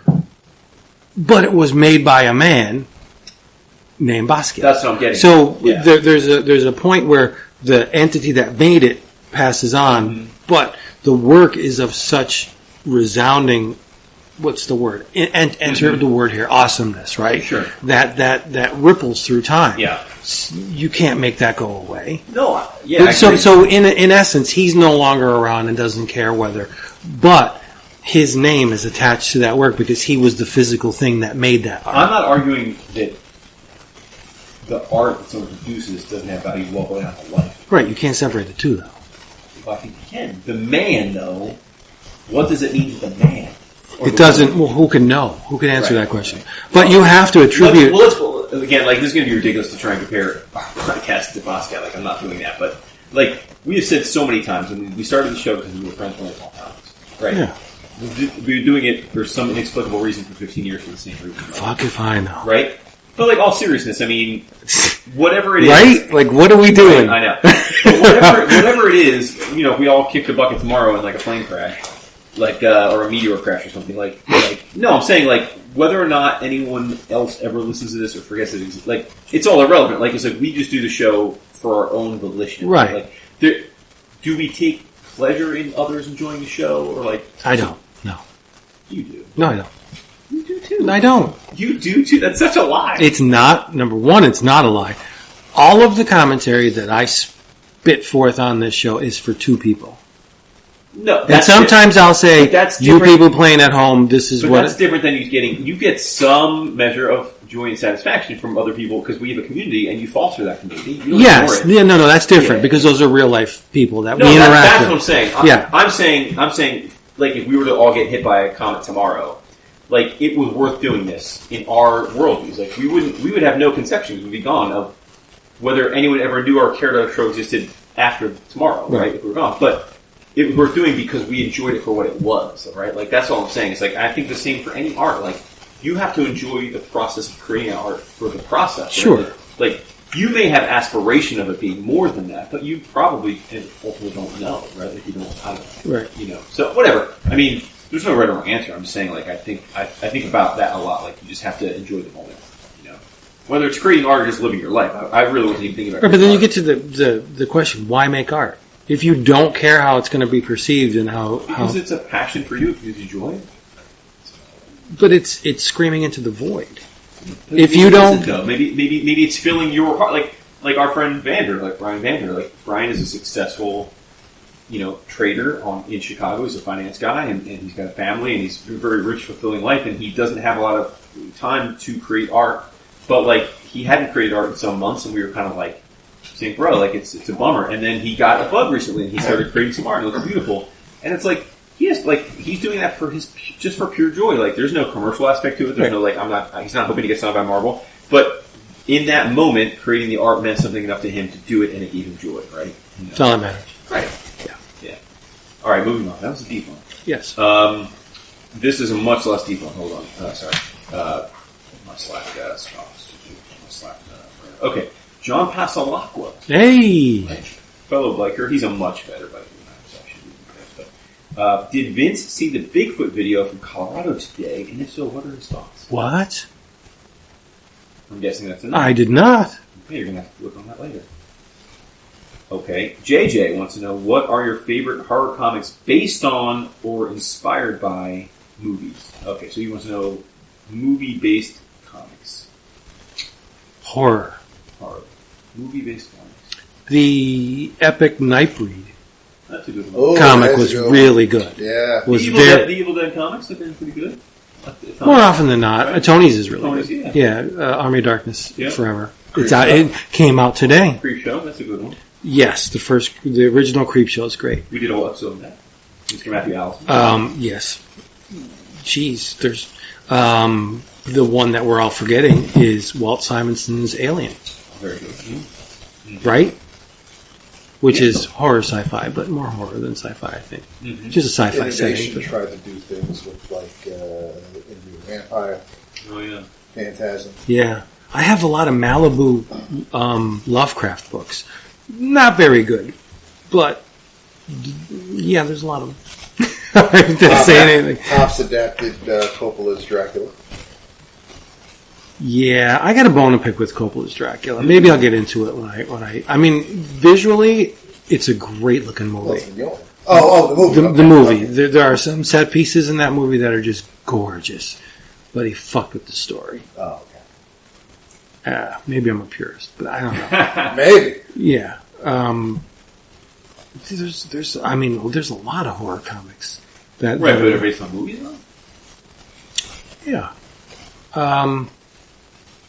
Very good Night of the Living Dead, though. Yeah, Avatar had a couple of good ones. I mean, on par with the original movie? No. But fun movie, fun comics. Reanimator. Yeah, the Reanimator. I think that was Malibu too. Yeah. Or was it now? Could have been that. No, it's either now or Malibu, right? All right, it's a good segue. Because I want to talk about Frankenstein. There you go. Creepy crawly season. Who am I to shun the festivities of Halloween, right? I read, the official title of this book is Dracula X Frankenstein. But I've learned that you never say the X. Okay. Oh, like Spy Family. Right. So it's Dracula Frankenstein. Okay. Because it literally is two adaptations. One of Bram Stoker's Dracula and one of Mary Shelley's Frankenstein. The Dracula half is scripted by Michele Monteleone. The art is by Fabrizio del Dorides. Okay. The Frankenstein is scripted by Giulio Antonio Gualtieri. The art is by Francesco de Stena. If you can't tell, it's an Italian-led production for this. It's published by Alien Books and FairSquare Comics. It's going to be hard to comment on these two works because they're very faithful to the source material. Okay. In the Dracula half, you see Jonathan Harker escapes from Dracula's clutches, and The good thing about it is, and we've seen it in Jess Franco's Count Dracula, and some 20-odd years later in Coppola's version. That's why I wanted to talk about the Coppola version, because one of the things Coppola got right is Dracula initially is old and craggy and withered, and when he ingests human blood, he de-ages. He becomes youthful in retrospect to how much blood he consumes. That's in the book. That's awesome. But where Coppola got it wrong was Dracula somehow saw a photo of Mina, which was Jonathan Harker's then fiance, and Mina looked like his dead wife who committed suicide when they told her that her husband had died in the war, which is bullshit. That's not why Dracula came to England. Dracula came to England to fuck with Jonathan Harker because Dracula's a prick. No, he is. I mean, he's a great villain because he uses Lucy in the novel as like a blood bag. He just dines on her until he basically kills her, and then he went after Mina because he knew she was attached to Jonathan, who had evaded his clutches. So he had a fucking bone to pick with Harker. In the movie, he comes to England to get Mina only because she looks like his dead wife, and it's like, do you believe in reincarnation? I'm like, what? That's not in the book, dude. Why are you putting it in the movie? But anyway. This movie's not long enough as it is. But no, Dracula is a fucking monster. He is. He toys with people. Human life means nothing to Dracula. That's why to call the Frankenstein monster a monster, I think, is not entirely accurate. He only gets fucking pissed off when Victor won't build him a woman. He starts, but then he's like, no, I'm done. And the monster's like, well, I want some kind of a life. I want to have something that's not filled with pain. Make something that I can live with and share with. And Victor starts to do it, and he's like, no, the first one was an abomination. How can I be convinced that this second one won't be? And that's where everything goes to shit, and the monster kills Elizabeth and Victor's brother, but the whole thing is Victor, like Icarus, flew too close to the sun. He had delusions of grandeur, aspirations of greatness when he played. Bride of Frankenstein also? It's in the Bride of Frankenstein is a cinema construct. Oh, yeah. Victor did made a bride, but he pulled out because he didn't want, and that's why the monster got pissed off. The movie's great; it's a classic, but that didn't happen. Okay.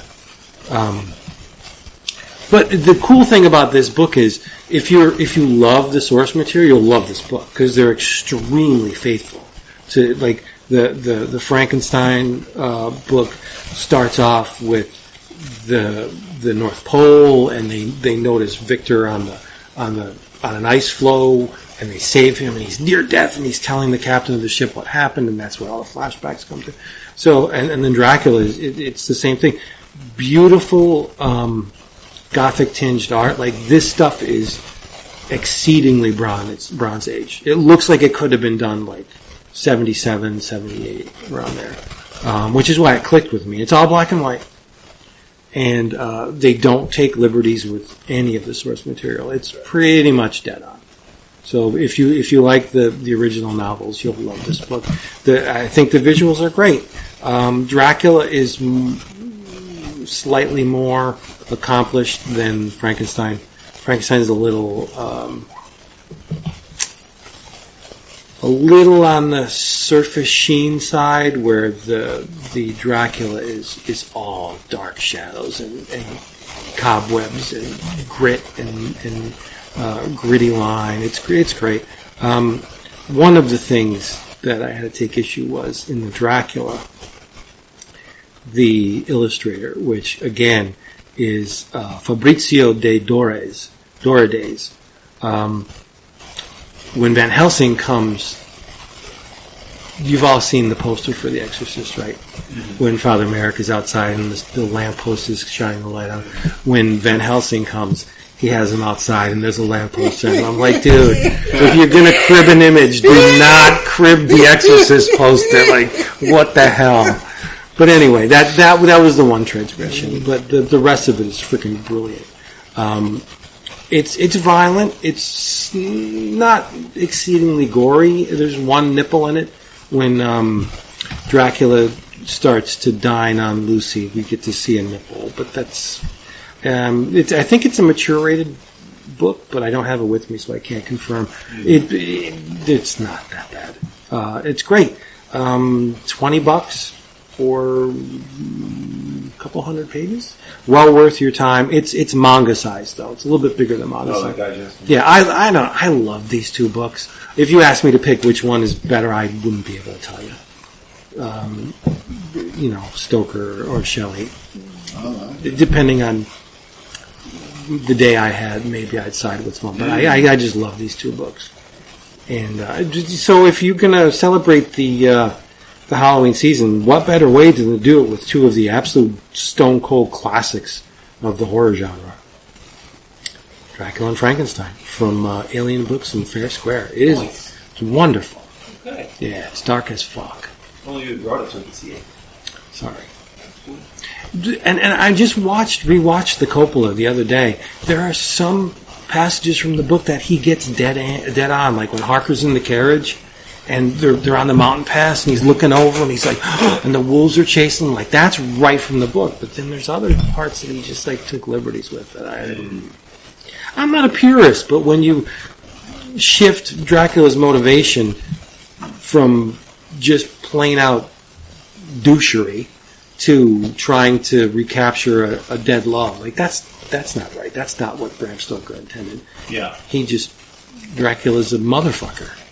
He's one of the best villains ever. Have you seen that new joint, the Demeter? I want to see that. Yeah, me too. The Demeter is shown in the Dracula story, but only when it crashes. Okay. Yeah, and another thing Coppola did, he made Renfield attached to the real estate company that Harker worked for. Like that. Fuck that. No. Renfield was. Have you seen Renfield? Yes. Nick is like, there's a renaissance of Nick Cage. Yeah, he's on a super high. Yeah. Renfield was John Seward's patient at the asylum. He wasn't a real estate agent that got turned by Dracula. That doesn't make any sense. Did you ever bother with What We Do in the Shadows? I've never seen that. It's on FX. FX. Or Hulu stream. Oh, okay, I'll watch it. It's a comedy. Oh, but nice. it's about I saw the trailer. Yeah, with the Australian and English accents. Yeah. It's a funny show. We've only watched the first couple episodes of the first season. It's been going on forever. Some scenes in Coppola's movie, like when Dracula is chowing down on Lucy and he's on top of the mausoleum slab and he's in the wolf form and she's got the top open and he's got her hips up in the air. Like, that's a great scene, man. Yeah, I mean, I love that. Yeah. And I like the fact that Dracula fed the baby to the wenches. That's straight out of the book. Yeah. That's a great scene too. And that's in this too. Yeah. I think that's necessary to show just what animals they were. Shout out to Gary Oldman. Yeah. Good actor, man. Oh, for real. Yeah. And the things that Coppola... See, I'm praising it, but there's some... I'm feeling a lot of love for this. The thing that he did with shadows, like when Harker was speaking and the Dracula shadow would be doing something, but he's on the other side of the room and he's doing something completely different, and that's really great. I like that a lot. For sure. Like, it's a visual tour de force. For sure. He just fucked with the book. He did. Yeah, you don't fuck with the book. Isn't Monica Bellucci one of them? She is. Yeah. Monica Bellucci. When you think of Monica Bellucci, I think of two things, and they're both below her chin. Yeah, for sure. Right? For sure. Matrix, titties. Yeah. Dracula, titties. She's got a fine pair of titties. So she's a beautiful woman, too. But those titties, whoo! For sure. All right. Moving on over. I may have read my favorite book. Oh, here we go. What? Every week he says it. You know what, guys? I don't want to say this. No, don't touch him. How about this you can't touch him because I can't touch him from over here. How about this guy? He texted me, like a month ago, be like, oh, you alright? I don't know. He's not loving comics, like, I'm worried about you, like, right? Then all of a sudden I'm loving comics, and he's like, this guy's always loving comics, so he's talking about comics. Like, this is what I get for caring about people. Right? I'm saying, I should have never hit send. I should be like, fuck that, I'm having a sandwich. Which is it, though? Which is it? It's both. Do you want me to have passion, or do you want me to be like, comics are kind of wacky? Humans are complex. Is he, though? Is he human or is he complex? He's human. But it's okay if this week I read my comic of the year. But if I read we would never be able to see that when he went to like that. That was great. But now next week, if I read a comic and I think then that just means last week's, as great as it was, this is better. Just wasn't the best. No, I get it. I get it. Carefully choose. I said I may have read. See, now that's your safety net. You know what I'm saying? Next week. No, you always going to read November. You the Flying Graysons, or you like Kip, the Wonder Pig? Like, what are you? So now it's a problem. Like before, it was a problem that I said I read one of the favorite comics of the year. Now it's a problem that I'm hedging. What did you read? Can I talk about it? It looks great. Yeah, it's great. First of all, shout out to Brian Clark, because Brian Clark introduced at least me, I think all of us, but me specifically, I can almost speak for you guys, onto the beauty of Juni Bob. He was probably like 2 years ago now, said, hey, have you all read Jalea? And I don't think really many of us had read it at the time. We weren't aware of it. He posted, a little blurb about it, some images from the miniseries, and a bunch of us checked it out, and we're like hooked. And then obviously Juni Bob's he's been on a tear since, Monkey Meat and the like. We've talked about a bunch of stuff.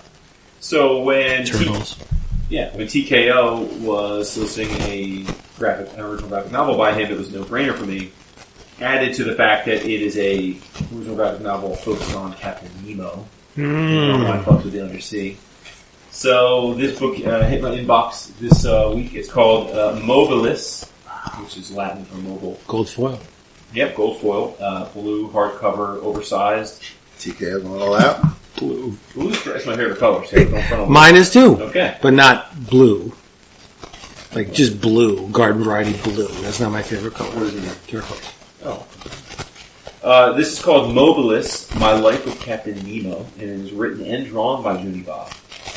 As you can imagine from the title, it does involve Captain Nemo, but it's a totally different take on Nemo. The premise is a young girl named Arona is in a sci-fi stasis pod, like she's frozen in time. She's put in stasis and lost in the bottom of the ocean, just sustaining, but that's not. Neat. And then along comes this ship who finds this pod and brings it inside, and lo and behold, it is nothing other than the Nautilus. And we find the current state of the Nautilus and Captain Nemo in a very different place than what we're used to from the literature. In this part of his lifespan, he appears to be the only living person left on the Nautilus. Everyone else tending to the ship are artificial constructs. So, like the thing that finds the little girl Arona is it looks like the alien or the robot from what's that old TV show? Let me show you the picture. Lost in Space? Yeah, Lost in Space. You know that robot? Robot. Yeah, hold on. Is that the name? Is that the name of it? You know that robot? Yeah, Robot. I didn't watch the his show. name was Robot. Here you go. So, right, like that's kind of like Robot, right? A little bit. Yeah. It's got a little bit. It's got a brain it inside has of it. a little different. Yeah, it's got a brain inside of it. But this thing, it's sentient, and it panels are huge. Yeah, it finds Arona and brings her in, and brings her back to out of stasis, and she's of course vexed about what's going on, and the robot's like, oh, we're good. I brought you back, but just so you know, you can't, the captain doesn't want to see you, so I'm we're good. I'm gonna keep you on the ship, but don't bother the captain, right? But as time goes on, she's interacting as a kid would, and having fun with the robot, and just living her best life. But she's curious, and eventually she ends up meeting up with Captain Nemo. And at first he's very dismissive of her, but then he takes a liking to her and starts teaching her. So he starts teaching her things like geophysics, biology, math, history, and he basically starts training her to be his protege, effectively. And as you go along, you realize that this is the far-flung future, and his whole crew has died. One died. You don't know why he's alive is a mystery, because he's the great scientist. He's finding ways to sustain himself. But what she doesn't realize is that she was in stasis for like hundreds of years. So like, not only is her family gone, but like her whole knowledge of reality is like gone. Like, and the world has basically been destroyed, and the knowledge is basically just existing in the ocean, subsisting. But like Nemo and her may be the only humans left. We don't know, but like he's not really like there's just no, and it's really a story about how she kind of warms his heart. Like he over time comes to appreciate her and bring her into his life and explore the ocean and everything. And then eventually, because it's the story of passage of time, Nemo eventually passes away, and she becomes the new Captain Nemo. Shades of Alan Moore. Exactly. But the thing about this is, like, the art is just ridiculous. Like, Juni I love his art, but, like, some of these panels, and when I say this is maybe my favorite book, it's because this book is just, it's like it was drawn for me, right? Like he creates a book about the deep sea, which of course I love, and Nemo, which I love. But he recrafts the Nautilus. Now, generally the Nautilus is either drawn as like a futuristic submarine, or sometimes it's drawn like a giant squid. But look at what the Nautilus is drawn at in this book. Hold on here. Let me guess. It's a whale. It's a freaking whale, dude. It's a freaking whale. The Nautilus is a whale, which is like, my goodness. I mean, is that not perfect? I mean, here you go. Nautilus is a whale, right? Yeah, that's gorgeous. Yeah. So Nautilus is a whale, which is awesome. Then, as he's teaching her history, he's teaching her like ancient stuff, like say quantum physics. Oh, here's some like, they often come across like giant sea monsters when they're exploring the ocean, which are really coolly rendered by Juni. But he comes across and he's teaching her, and at one point, he teaches her, and he says, and he's teaching her all kinds of different things, and all of a sudden he says, I want to be liberated like the lions in Liberia, because recently my heart turned cold as Siberia, because everywhere I go, being cold is the criteria. And she says, which philosopher is that from? And he said, Fife. Fucking Fife Dog from Tribe Called Quest, people. And she's like, who's that? And he's like, Tribe Called Quest, ? Never heard of him. So he looks, his eyes widen, and the next panel is him putting her in a seat with headphones on, watching a video of the low end theory. So not only is this book about Nemo and the ocean with a whale ship, but he treats Tribe Called Quest like one of the great philosopher groups of all time, which I wouldn't even disagree with. And I'm like, this is just so beautiful and tailor-made for me. This is going to be tough to beat. Yeah, and then again, like the art is just, I mean, the seascapes, there's all these huge double panel spreads, there's all these futuristic, like they explore the ocean in this robotic sort of deep sea submarine suit. That he eventually, at first he won't let her go on, but eventually he lets her pilot. And it's just a beautiful story, and it's rendered so wonderfully with such vivid colors. It really looked, I mean, in this book it looks a lot like James Harren, to me, honestly, in a lot of ways, which, I mean that in the most complimentary way, which is not to say that Juni is derivative, but like, yeah, so he's just got this is so fun, and it struck such a chord with me. It has heart. There's tons of great deep sea monsters, and they get into all kinds of action. You can see like the color work is just fantastic, and I think Juni does the colors as well. So I just think it's a real triumph for me. I've enjoyed everything that Juni has done that I've read, but I will say for sure that this is the most, this is the clearest and most concise narrative that he's done. And like even here, like so when they find her, she's in her pod. She's got a book of Peter Pan, like an old prose book, and that's like the only thing she has in her possession. And so at one point she's dreaming and she goes in the world of Peter Pan, and they render that in this beautiful fantasy way. I just think it's such a really thoughtful book. Everything is meticulously done. Each chapter kind of takes a different step. She ages throughout the book from I'm guessing 8 or 9 years old when they find her, and then, she grows into a young woman, probably in her late teens, early 20s by the end of it. And, it's really fantastic. And I would say, like, visually, if you're a fan of Harren or, anyone in that Mignola universe, like the Miller. Yeah, Miller, Mignola, like any of that, like you'll love this book visually. I just think it was fantastic and definitely is as a suitable place along any of the Nemo or deep sea adventures that have been done. I mean, it's I think comics have taken a lot of stabs at this kind of story, but to me this is right up there with the best of them. So, and then the trade dress is just fantastic. I mean, TKO. We've talked about them over the years, but generally I thought of them as they put out the single issues and then kind of, in the past they had done traditional trades, like trade paperbacks. So I don't know if this is a new plan. I mean, this was a GN. This was not done in issues in the package. This was an original. I hope they're planning more of this because, again, this is oversized. It's beautiful. I'm just a huge fan of that. I much prefer. This is my preferred way to read comics these days. So, just massively awesome. Mobilis, My Life with Captain Nemo by Juni Bob. So, nice. Yeah. It looks great from over here. Yeah, it does. I mean, Tribe Called Quest, dude. Like, how you working that into the? That's smart. What is that? Smart AF. Oh well, Vince was so uninterested when I had to say he went to the bathroom while I was talking. But Dude, no, I was kidding.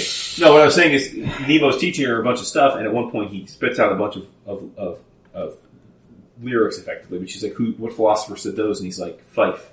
And then he sits her down and he has her watch the Low End Theory. That's funny. Low End Theory, yeah. That's nice. So, yeah. So there you have it. Since you were talking about being a purist, Yeah. there's one more issue to go, so I wasn't sure if I was going to speak on this tonight, but IDW has a miniseries from the Star Trek motion picture era. And I had high hopes because it's written by Mark Guggenheim. Ah. Illustrated by Oleg Chudakov, colors by DC Alonso. There are parts of it that are pretty neat. So basically there's a spacecraft crosses paths with the Enterprise.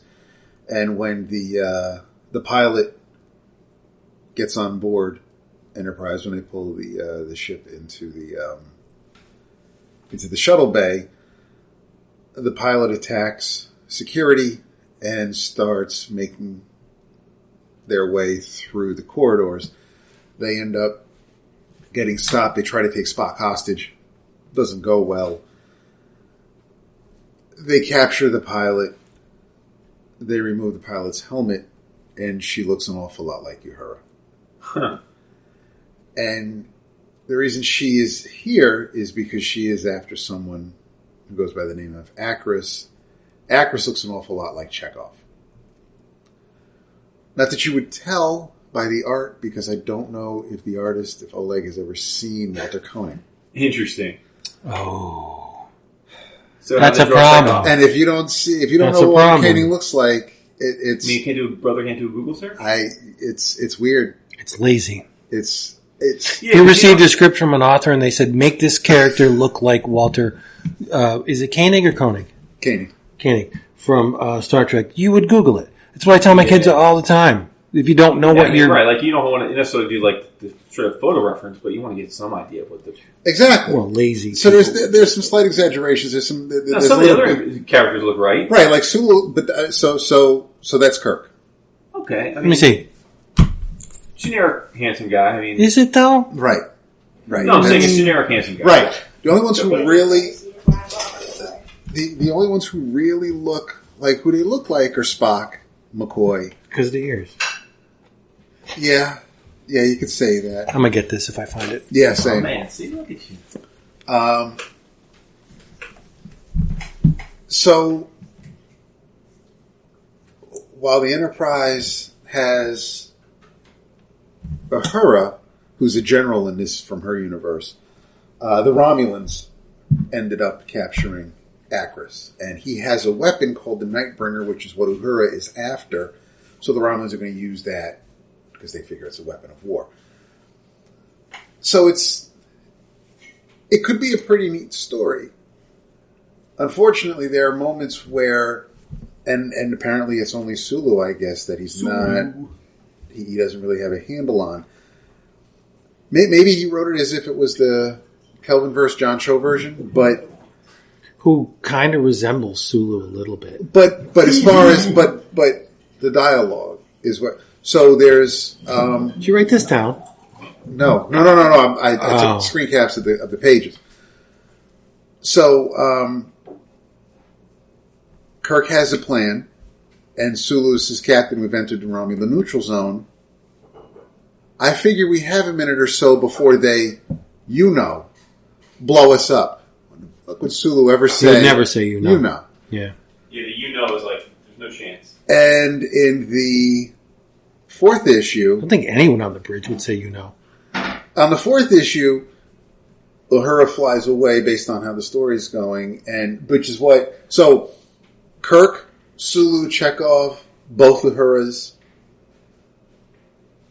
go towards the Romulan ship because they want to. She wants to capture Akris. They want to capture this weapon that the Romulans are going to use. The party gets separated. Kirk and General Uhura get left behind on the Romulan ship. The other 3 make it back to the Enterprise. So General Uhura is going to enter the neutral zone to go after her prey, as Spock expected. So Sulu says, "Well, she did. It's flying away. You don't want to maybe go after her?" And I'm like, "It's The dialogue doesn't run through, yeah. But you're reading it though. Yeah, I'm bringing it. Yeah. Because even with this, I'm still digging the story. I'm digging the story, and I mean, and at this point, there's one more issue, so I might as well see how it ends. Yeah. But it's a bit of it's not one of. I don't want to bring the room down. It's just not one of IDW's better Trek efforts after so many consecutive hits that they've done in recent years. This one was, and I don't know if it's because it's the motion picture error. I don't know if it's the type of story. I don't know if it's Guggenheim, but there's enough here where it drags down a little bit, but not enough where I'm just like I can't finish this. I'll stick with the last issue. But I was at the shop a couple of weeks ago, and when the mention of the IDW Star Trek books came up, and somebody I didn't know this person said, "Who's reading this stuff?" And I felt like saying, "I know somebody who's reading this stuff." Yeah. I mean, I'm not alone, but yeah, I am one. Of course, few. Yeah, but I mean, they live in this isolated little perspective fanboy bubble that they think because they're not reading it, nobody should be. Right, exactly. Right. Yeah. I mean, it is neat because you get the little call back to the mirror universe when they realize, hey, there are other universes out there, and this isn't one that they've come across before. The Romulans are here. There's worry about the neutral zone. There's political intrigue going on. But there are a couple of missteps. Mm-hmm. I think half of the stuff I read is tethered to pop culture stuff available in another medium. Like, look at all the books I talk about. Rick and Morty. Uh-huh. Right? You can do it on the list. Like, a lot of the stuff I read, I don't want to say licensed books because that's not really applicable anymore. Right? Sure it is. You think? Yeah, of course it is. Well, okay, licensed Transformers books. license? Yeah. Rick and Morty is licensed. Magic is Well, I don't read that anymore. Well, Yeah, you copy get it. Right. But Turtles, there's a lot of stuff. This book is not licensed. And I think the auteur that created this series is a frickin' genius. Stone cold genius. No doubt in my mind. He also may be on the spectrum. You know what I'm talking about. Ed Piskor. Okay.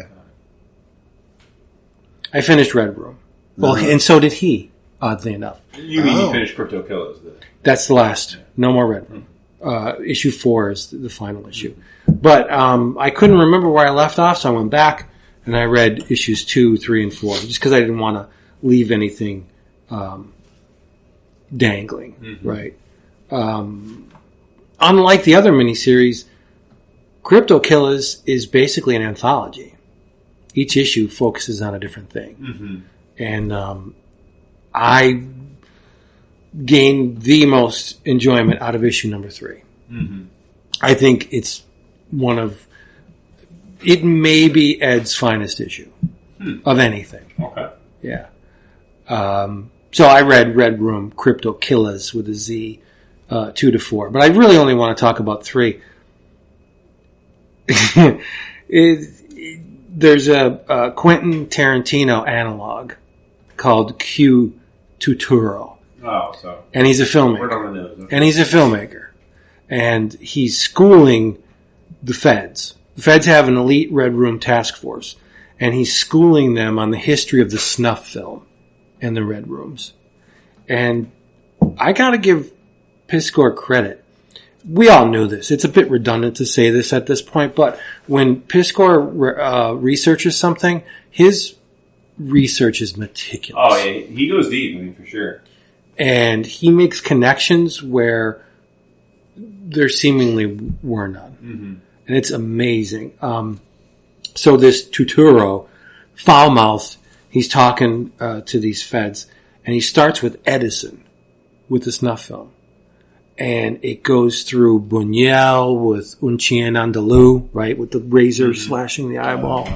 And then it trails into Richard Kuklinski, the Iceman killer.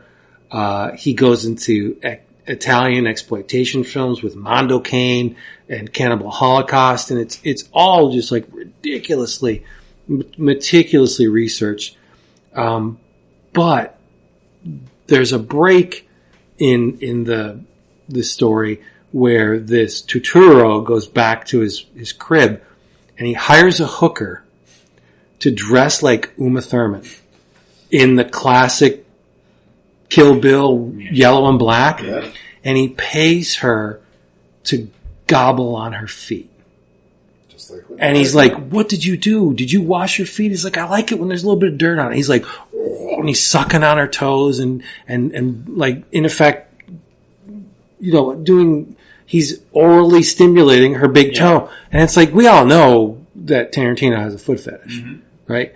But when you see Piskor just like blatantly just like say, "Fuck you, Tarantino. I know where you live, right? This is it's a pastiche, it's a parody." But is it though? Right? Right. So, long story short, the hooker coated her foot with a sedative. And just to get Tarantino anesthetized, knock him out, because Poker Face Productions wants to use him to set up the visual look of their red rooms to better compete with other red rooms. And they want to overtake their competitors. And it does not end well for Mr. Tuturo. No. Hard on here for pointing. Yeah. There's a color strip in this issue. Piskor takes on kids comics, like Kid Gang comics. Okay. There was a rage back in the day. But it's called the Latchkey Kids. Oh. It's in full color. Okay. It's called License to Kill. And the cute and cuddly Latchkey Kids mutilate and maim Bigfoot. They burn him alive and they blow away chunks of him in the process. Later in the series? No, because the fourth issue basically focuses on Sarah Jane Payne, a woman that was basically groomed for the Red Rooms. They force her into prostitution. They do plastic surgery on her. They keep her in a box and feed her shit. And I mean, it's a feel-good story all around. But one of the issues focuses on the incredibly brutal death of the cryptocurrency keeper, which was broadcast live on YouTube, if you can believe it. And there's commentary going like Piskor did before with the commentary in the Red Rooms. And there's viewers commenting like, "Oh, this is the most fucking beautiful thing I've ever seen in my life." While somebody's getting their nose just like sheared off by a Bowie knife. But I think in retrospect, now that Red Room is finished, I think Piskor embarked on a really courageous path with this stuff. Like, he could have just done something reminiscent of Hip Hop Family Tree, like in a different, genre or vein. But no, he focused on something that's not commercially viable. Like that, the Red Rooms are not going to sell scads of copies. Like, I don't think. But because he was possessed by the desire to research this stuff, and the fact that he illustrates it in ridiculous detail. Like, they're extremely violent books. Oh, yeah. I have a very, very high tolerance for this stuff. One of my favorite films is Necromantic, that would curl people's toes. But there are points in the series where I'm just like, oh, yeah, he goes there. Man, you didn't do that. Yep. But I think ultimately what he's trying to say is the human life has zero currency unless somebody of stature deems it valuable. Sure.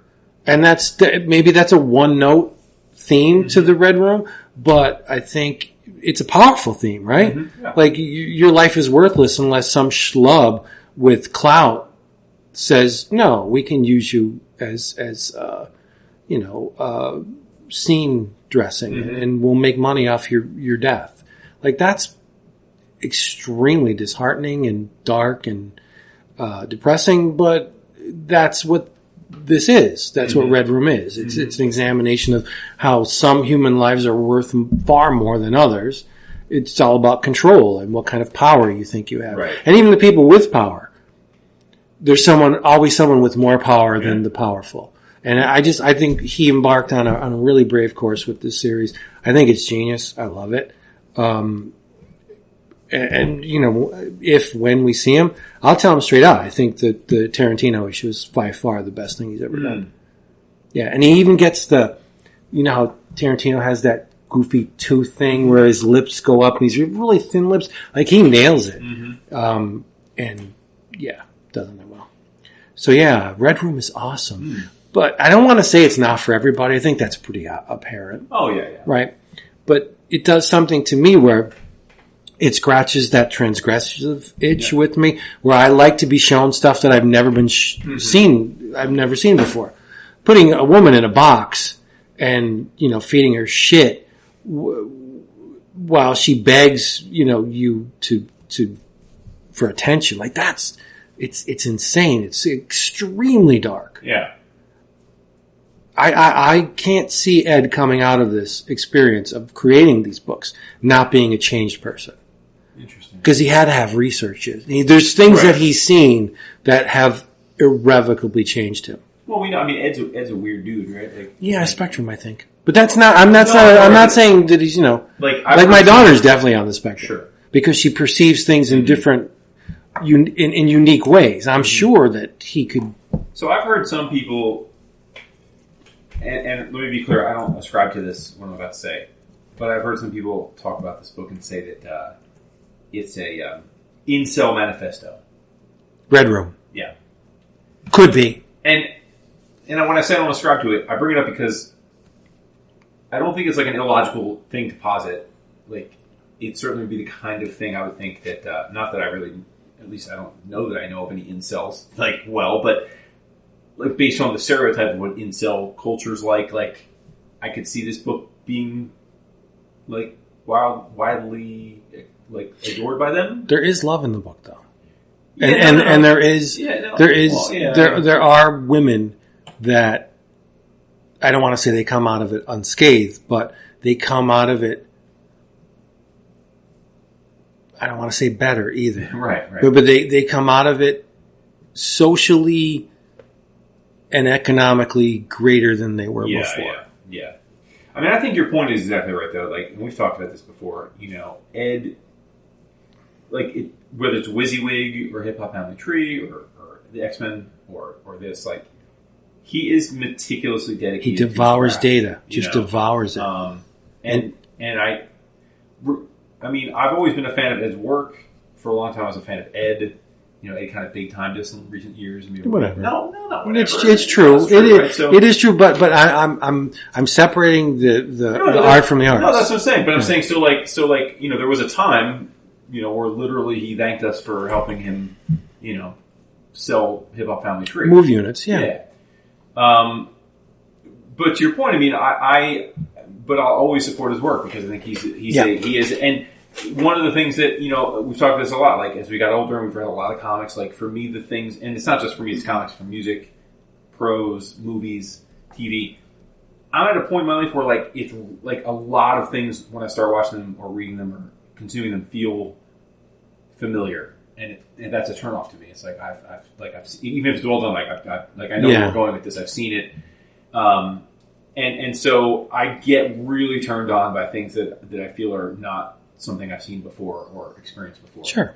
And I feel like Ed's always got the chance of giving me that. with You've whatever. never seen anything like Red Room. No. So I mean, I will always give him props to that. Like whatever he does next, and Ed's the kind of weird. Wouldn't you be surprised if he does like a romance comic next, right? Or like right, because it's unexpected, or like a superhero comics because like he's never like it's just it wouldn't be. But the thing like Barbara Gordon, like Oracle, you can look at all the screens and you can absorb all the data, but it's a rare individual that can see the equation going on behind everything. Mm-hmm. That's Ed Piskor. Mm-hmm. He absorbs all this data and he can make the connections and piece them together in a way that not only makes sense, but I think are kind of revolutionary, right? That's how many people can do that? How many people that we know that make comics can do that?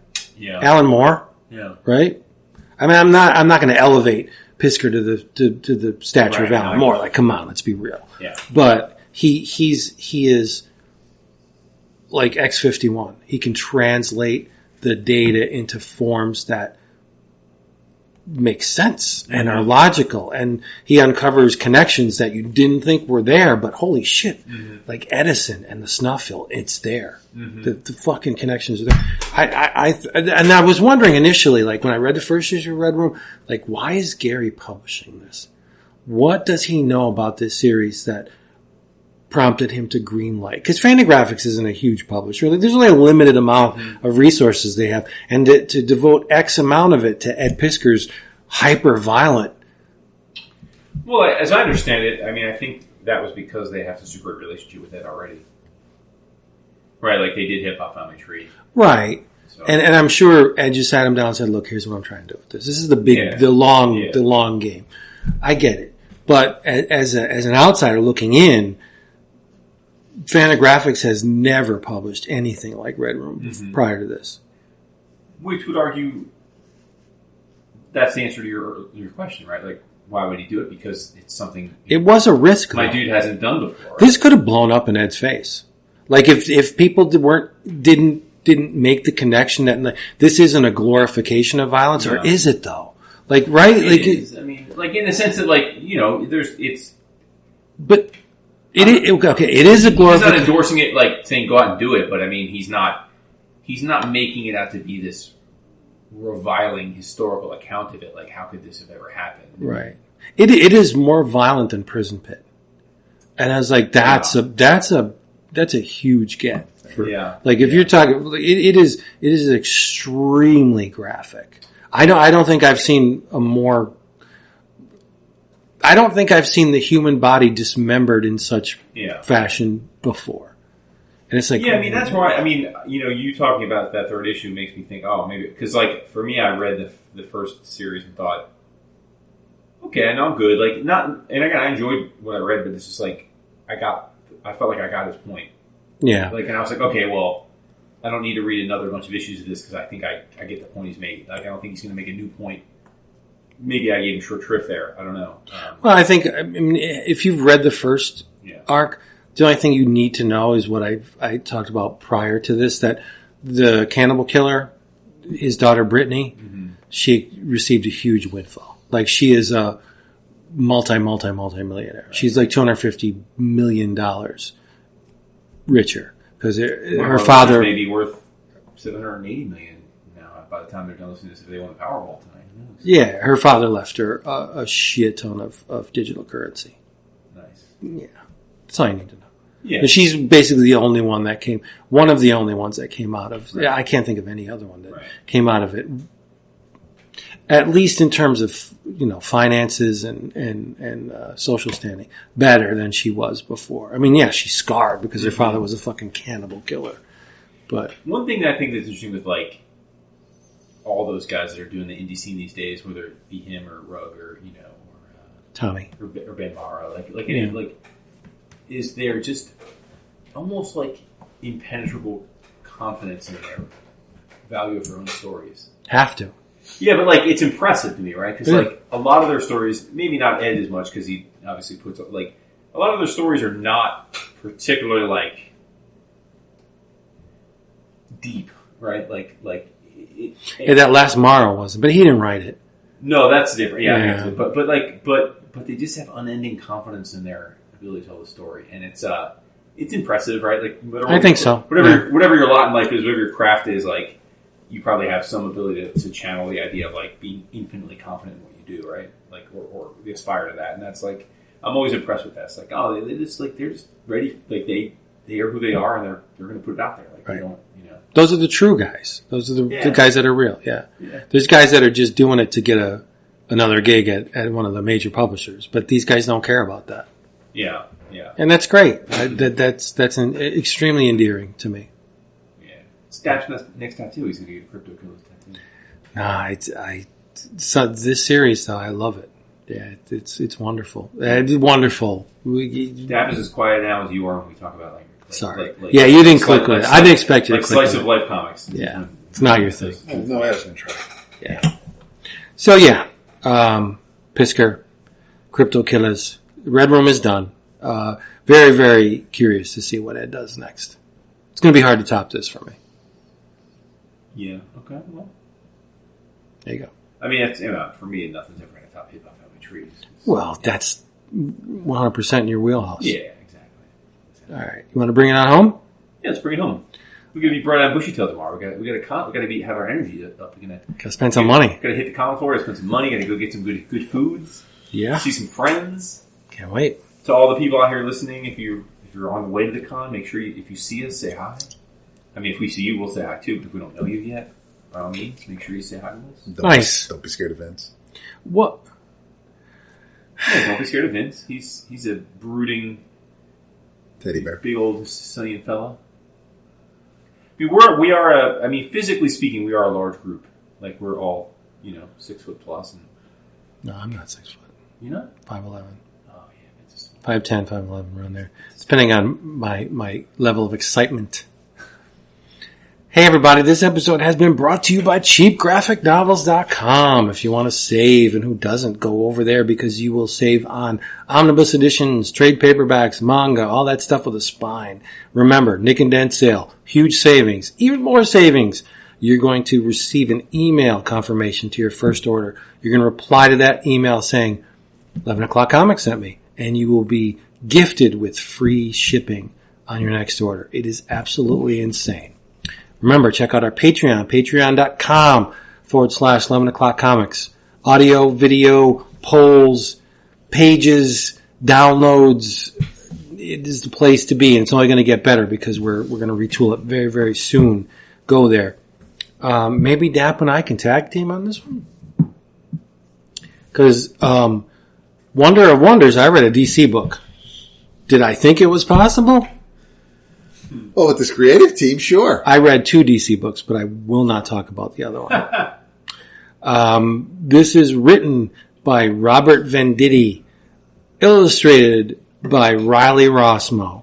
And I was paging through the issue, and the cash register in my brain, when it got to that page with the JSA, it was like, ka-ching!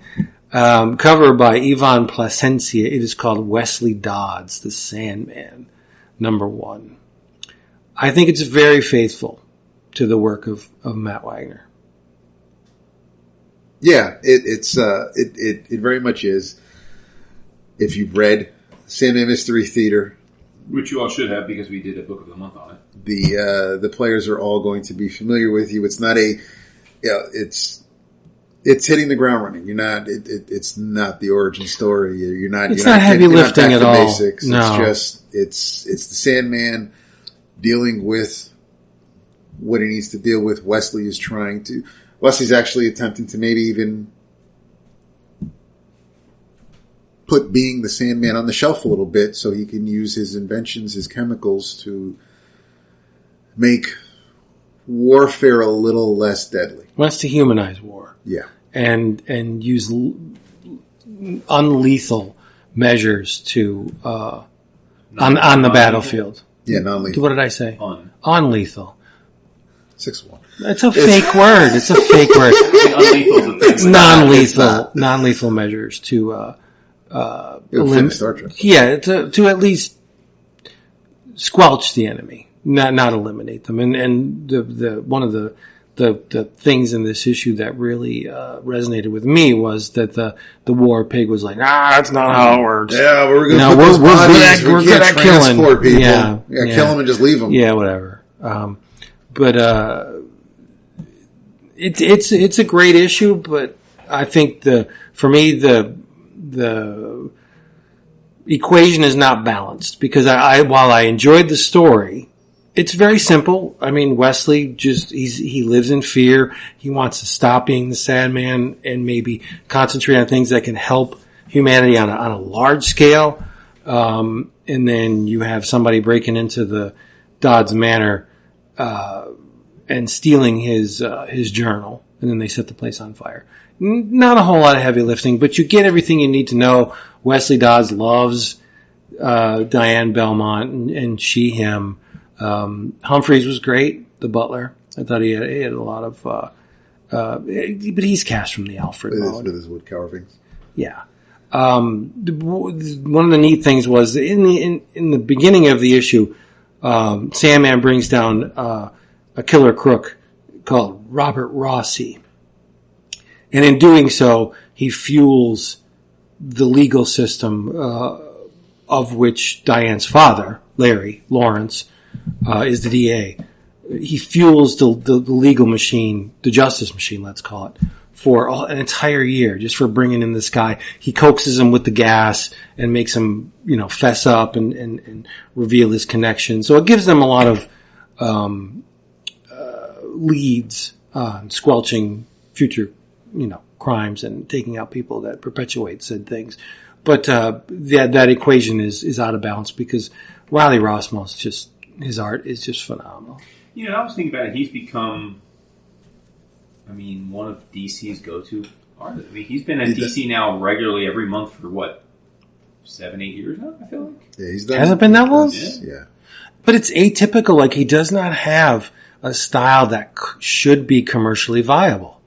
It's just that he transformed the commercial arena to accept his style. Like, when you look at, it's like Scotty. Scotty didn't have a commercial style to begin with, but as everybody's like, holy shit, look at this Scotty Young guy. And then everything is transformed in his wake. I think Riley's the same way. Mm-hmm. That there's a grotesque edge to Riley's style that there's also a very cute edge to it too. So it's a balance of the two. But you saw that on Harley Quinn. Things are cartoonishly exaggerated. It's almost like that European cartoon. You look at his architecture and his the fashion design in the issue, like, just holy shit! Like, what are you doing? You're amazing. Yeah, the way clothing flows. Yeah, it's ridiculous. So I thought this issue was a winner. Wesley Dodds, Sandman #1. I agree completely. I liked it a lot. If I had he's got a knit. A knit to pick, Oh, he has a knit. It's too short. What's the knit? Oh, well, it ends on a pretty severe cliffhanger, and it's the fire. Yeah, but before the fire is set, the infiltrator obviously knows who Wesley Dodds. Or they will, because they took the journal or But they found the gas masks, and the trench coats. So it's somebody who, whether or not it was someone who deliberately knew what he was doing or just stumbled. Because I'm looking at this image and there's shades of like the old school Manhunters, the Android Man. That's not who it is, obviously, because it's the 30s, or the 40s, but is it the 30s? But just in shadows, the way the face looks with the neck, there's a legacy aspect to it too. Conceptually, that Wesley's father was in World War I, and he saw the Germans using chemical warfare against their enemy, and so that may be one of the reasons, why Wesley not only uses chemicals, but uses, non-lethal chemicals. And I think it was a neat touch. Wesley is still kind of he's feeling some kind he's remorseful over the fact that these rats had to give up their life because his experiments didn't go the way they. So he's truly caring for living creatures, but it's cut from the same cloth as Sandman Mystery Theater without being a pastiche of it. Mm-hmm. Like it takes a lot of the raw material from that series and just takes it somewhere different. Yeah. And Wesley also points out the discrepancies, the dichotomy between the haves and have-nots. How you have these guys mugging some dude from the shipyard because it's payday, because everybody's got to eat. Meanwhile, 2 blocks over, all the fat cats are living large, and the social gala, and Diane's like, that's just the way it works, dude. It's like she's a realist, yeah. So she's a real one, and Rossmo's Diane is far more attractive than Guy Davis's Diane. Yes. Yeah. That's okay. But yeah. Not to say that Guy Davis's wasn't attractive. Definitely recommend it in your travels. Check it out for sure. She's got a nice personality. In your travels, I'm not going to take too long on this one because this book was well covered by my man Dap some time ago when it first came out. But I got around to reading it this past week, and that is Paris by Andy Watson and Simon Gain. As I said, Dap gave a lovingly detailed review of this back when he read it. I, not too long ago, talked about and read the follow-up of the same team here, did a book called Sunburn, which took place in Greece. This book, as you can imagine, since it's called Paris, took place in Paris. Set in the 1950s, and again, I won't go too deep in the recap, but it's a romance book about a young artist named Juliet, an American who comes to Paris to study art. She's not wealthy, though, and so part of the way that she pays for her education here at the Institute is to do commission work that her professors turn her on to, and it helps offset her tuition. And she's been commissioned to do a painting of a young woman named Deborah, who is a debutante of like a really wealthy aristocratic family, who's very prim and proper. And Deborah's like any of these. She wants to see more of Paris, wants to see more of the world, wants to have more experiences, but she's very henpecked and controlled, and at the same time Juliet wants to experience more, but she's poor, and it's a hard struggle for her to really have the money or time to do the things she wants to do, and their lives get intertwined, and then romance ensues over time between them and others, and it's a really well done book, and it reminded me a lot of like a one act play, where it's 4 or 5 people on screen for most of the time. It's not a broadcast with a complex plot. It's just these 2 women and a few of their close friends and family that interact with each other over the course of the book, and it's just really well executed. It's a really well done, I think, romance comic.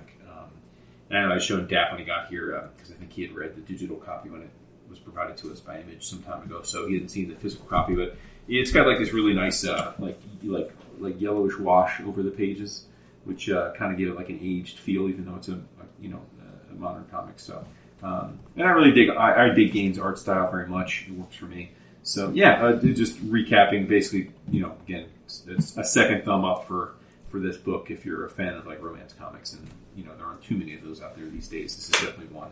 And I'll just be blunt with you. I enjoyed this more than I did Sunburn, because Sunburn has like a negative, not a negative vibe, but it has like sort of a more of a sardonic take on romance, and how maybe like it's not all it's cracked up to be. And this is a little bit more pure, sort of like romance can overcome a lot of other things in life, so I kind of prefer that vibe to the Sunburn vibe, but which is not to say I didn't like that book. I very much did, but so 2 thumbs up for Paris by Gain and Watson. Simon Gain had an awesome run on Godzilla for IDW. Oh yeah, great run. Mm-hmm. Yeah, we finally picked this up at Jason's, but we got to thank Tony again for giving us the Viz annual for 2023. It is a great looking book, man. It's massive here. And while you're bringing up Tony, I'm glad you mentioned it, because he and his crew did. They had on their podcast. They had an interview, like an hour and a half interview with Terry Moore last week, and I have to say. I've been a fan of Terry's for a long time. I don't recall, and Terry was on CGS a time or two. Like I know he's done podcasts before, but I really felt like this conversation was the most interesting I've ever heard of it because it was just like they had a conversation. I mean, kind of like how we do. Like it just was. They didn't. No, I mean it wasn't like a. I mean, it wasn't like an ad. Like they just talked to him like another human being, and he was very honest about his craft and how he got started, and kind of looking behind the scenes of it, and it was interesting to hear his like thoughts on the craft of it, like doing it to make a living, and the process with which that requires, and the discipline of like putting something out, versus like the creative things, that we probably more take from it. And I thought it was just a great conversation, and it's episode 430 of their podcast, which is the Awesome Comics Podcast, and I think you should listen to the podcast in general. It's a fun show, but in particular, I really did think they had a really standout episode with the Terry chat. So. True that. Yeah. All right, everybody. Hey, we're out of here. Thank you for listening. If you're going to New York Comic Con, like Jason said, if you see us, come on up to us. We'll give you a big old hug. In the meantime, read some comics, talk about them. Read, love your loved ones, pet your pets. I don't know. Drink some good shit and say goodnight. Shout out to all of our friends and relations in Israel. It's a tough situation right now. Very close to home for my firm, as you can imagine. So, much love to all of you out there and being affected by that. David. Good night. Ladies and gentlemen, playing at home, he is not looking at his watch at all. He's got like haptic feedback set to us. So you're saying he's a robot? No, it's going to like buzz him, and he's already missed it. He's already gone. No. No, he hasn't. Yeah. No, I don't think so. Yeah. No. You guys are both too turnt to understand. No. Titty. No. There you go. All right, everybody, we're out of here. Tell them you love them for real. Yeah, we love you for real. Hope to see some of you tomorrow. For real, for real. Thank you, Tony. I love this book so much. Word up. A word. Yes. I'm pissed that Tony's not going to be there, though. For real. None of them are? Nah, they did because they did Baltimore. They did Baltimore. Oh, well, because okay. what's Cliff? No, the publisher.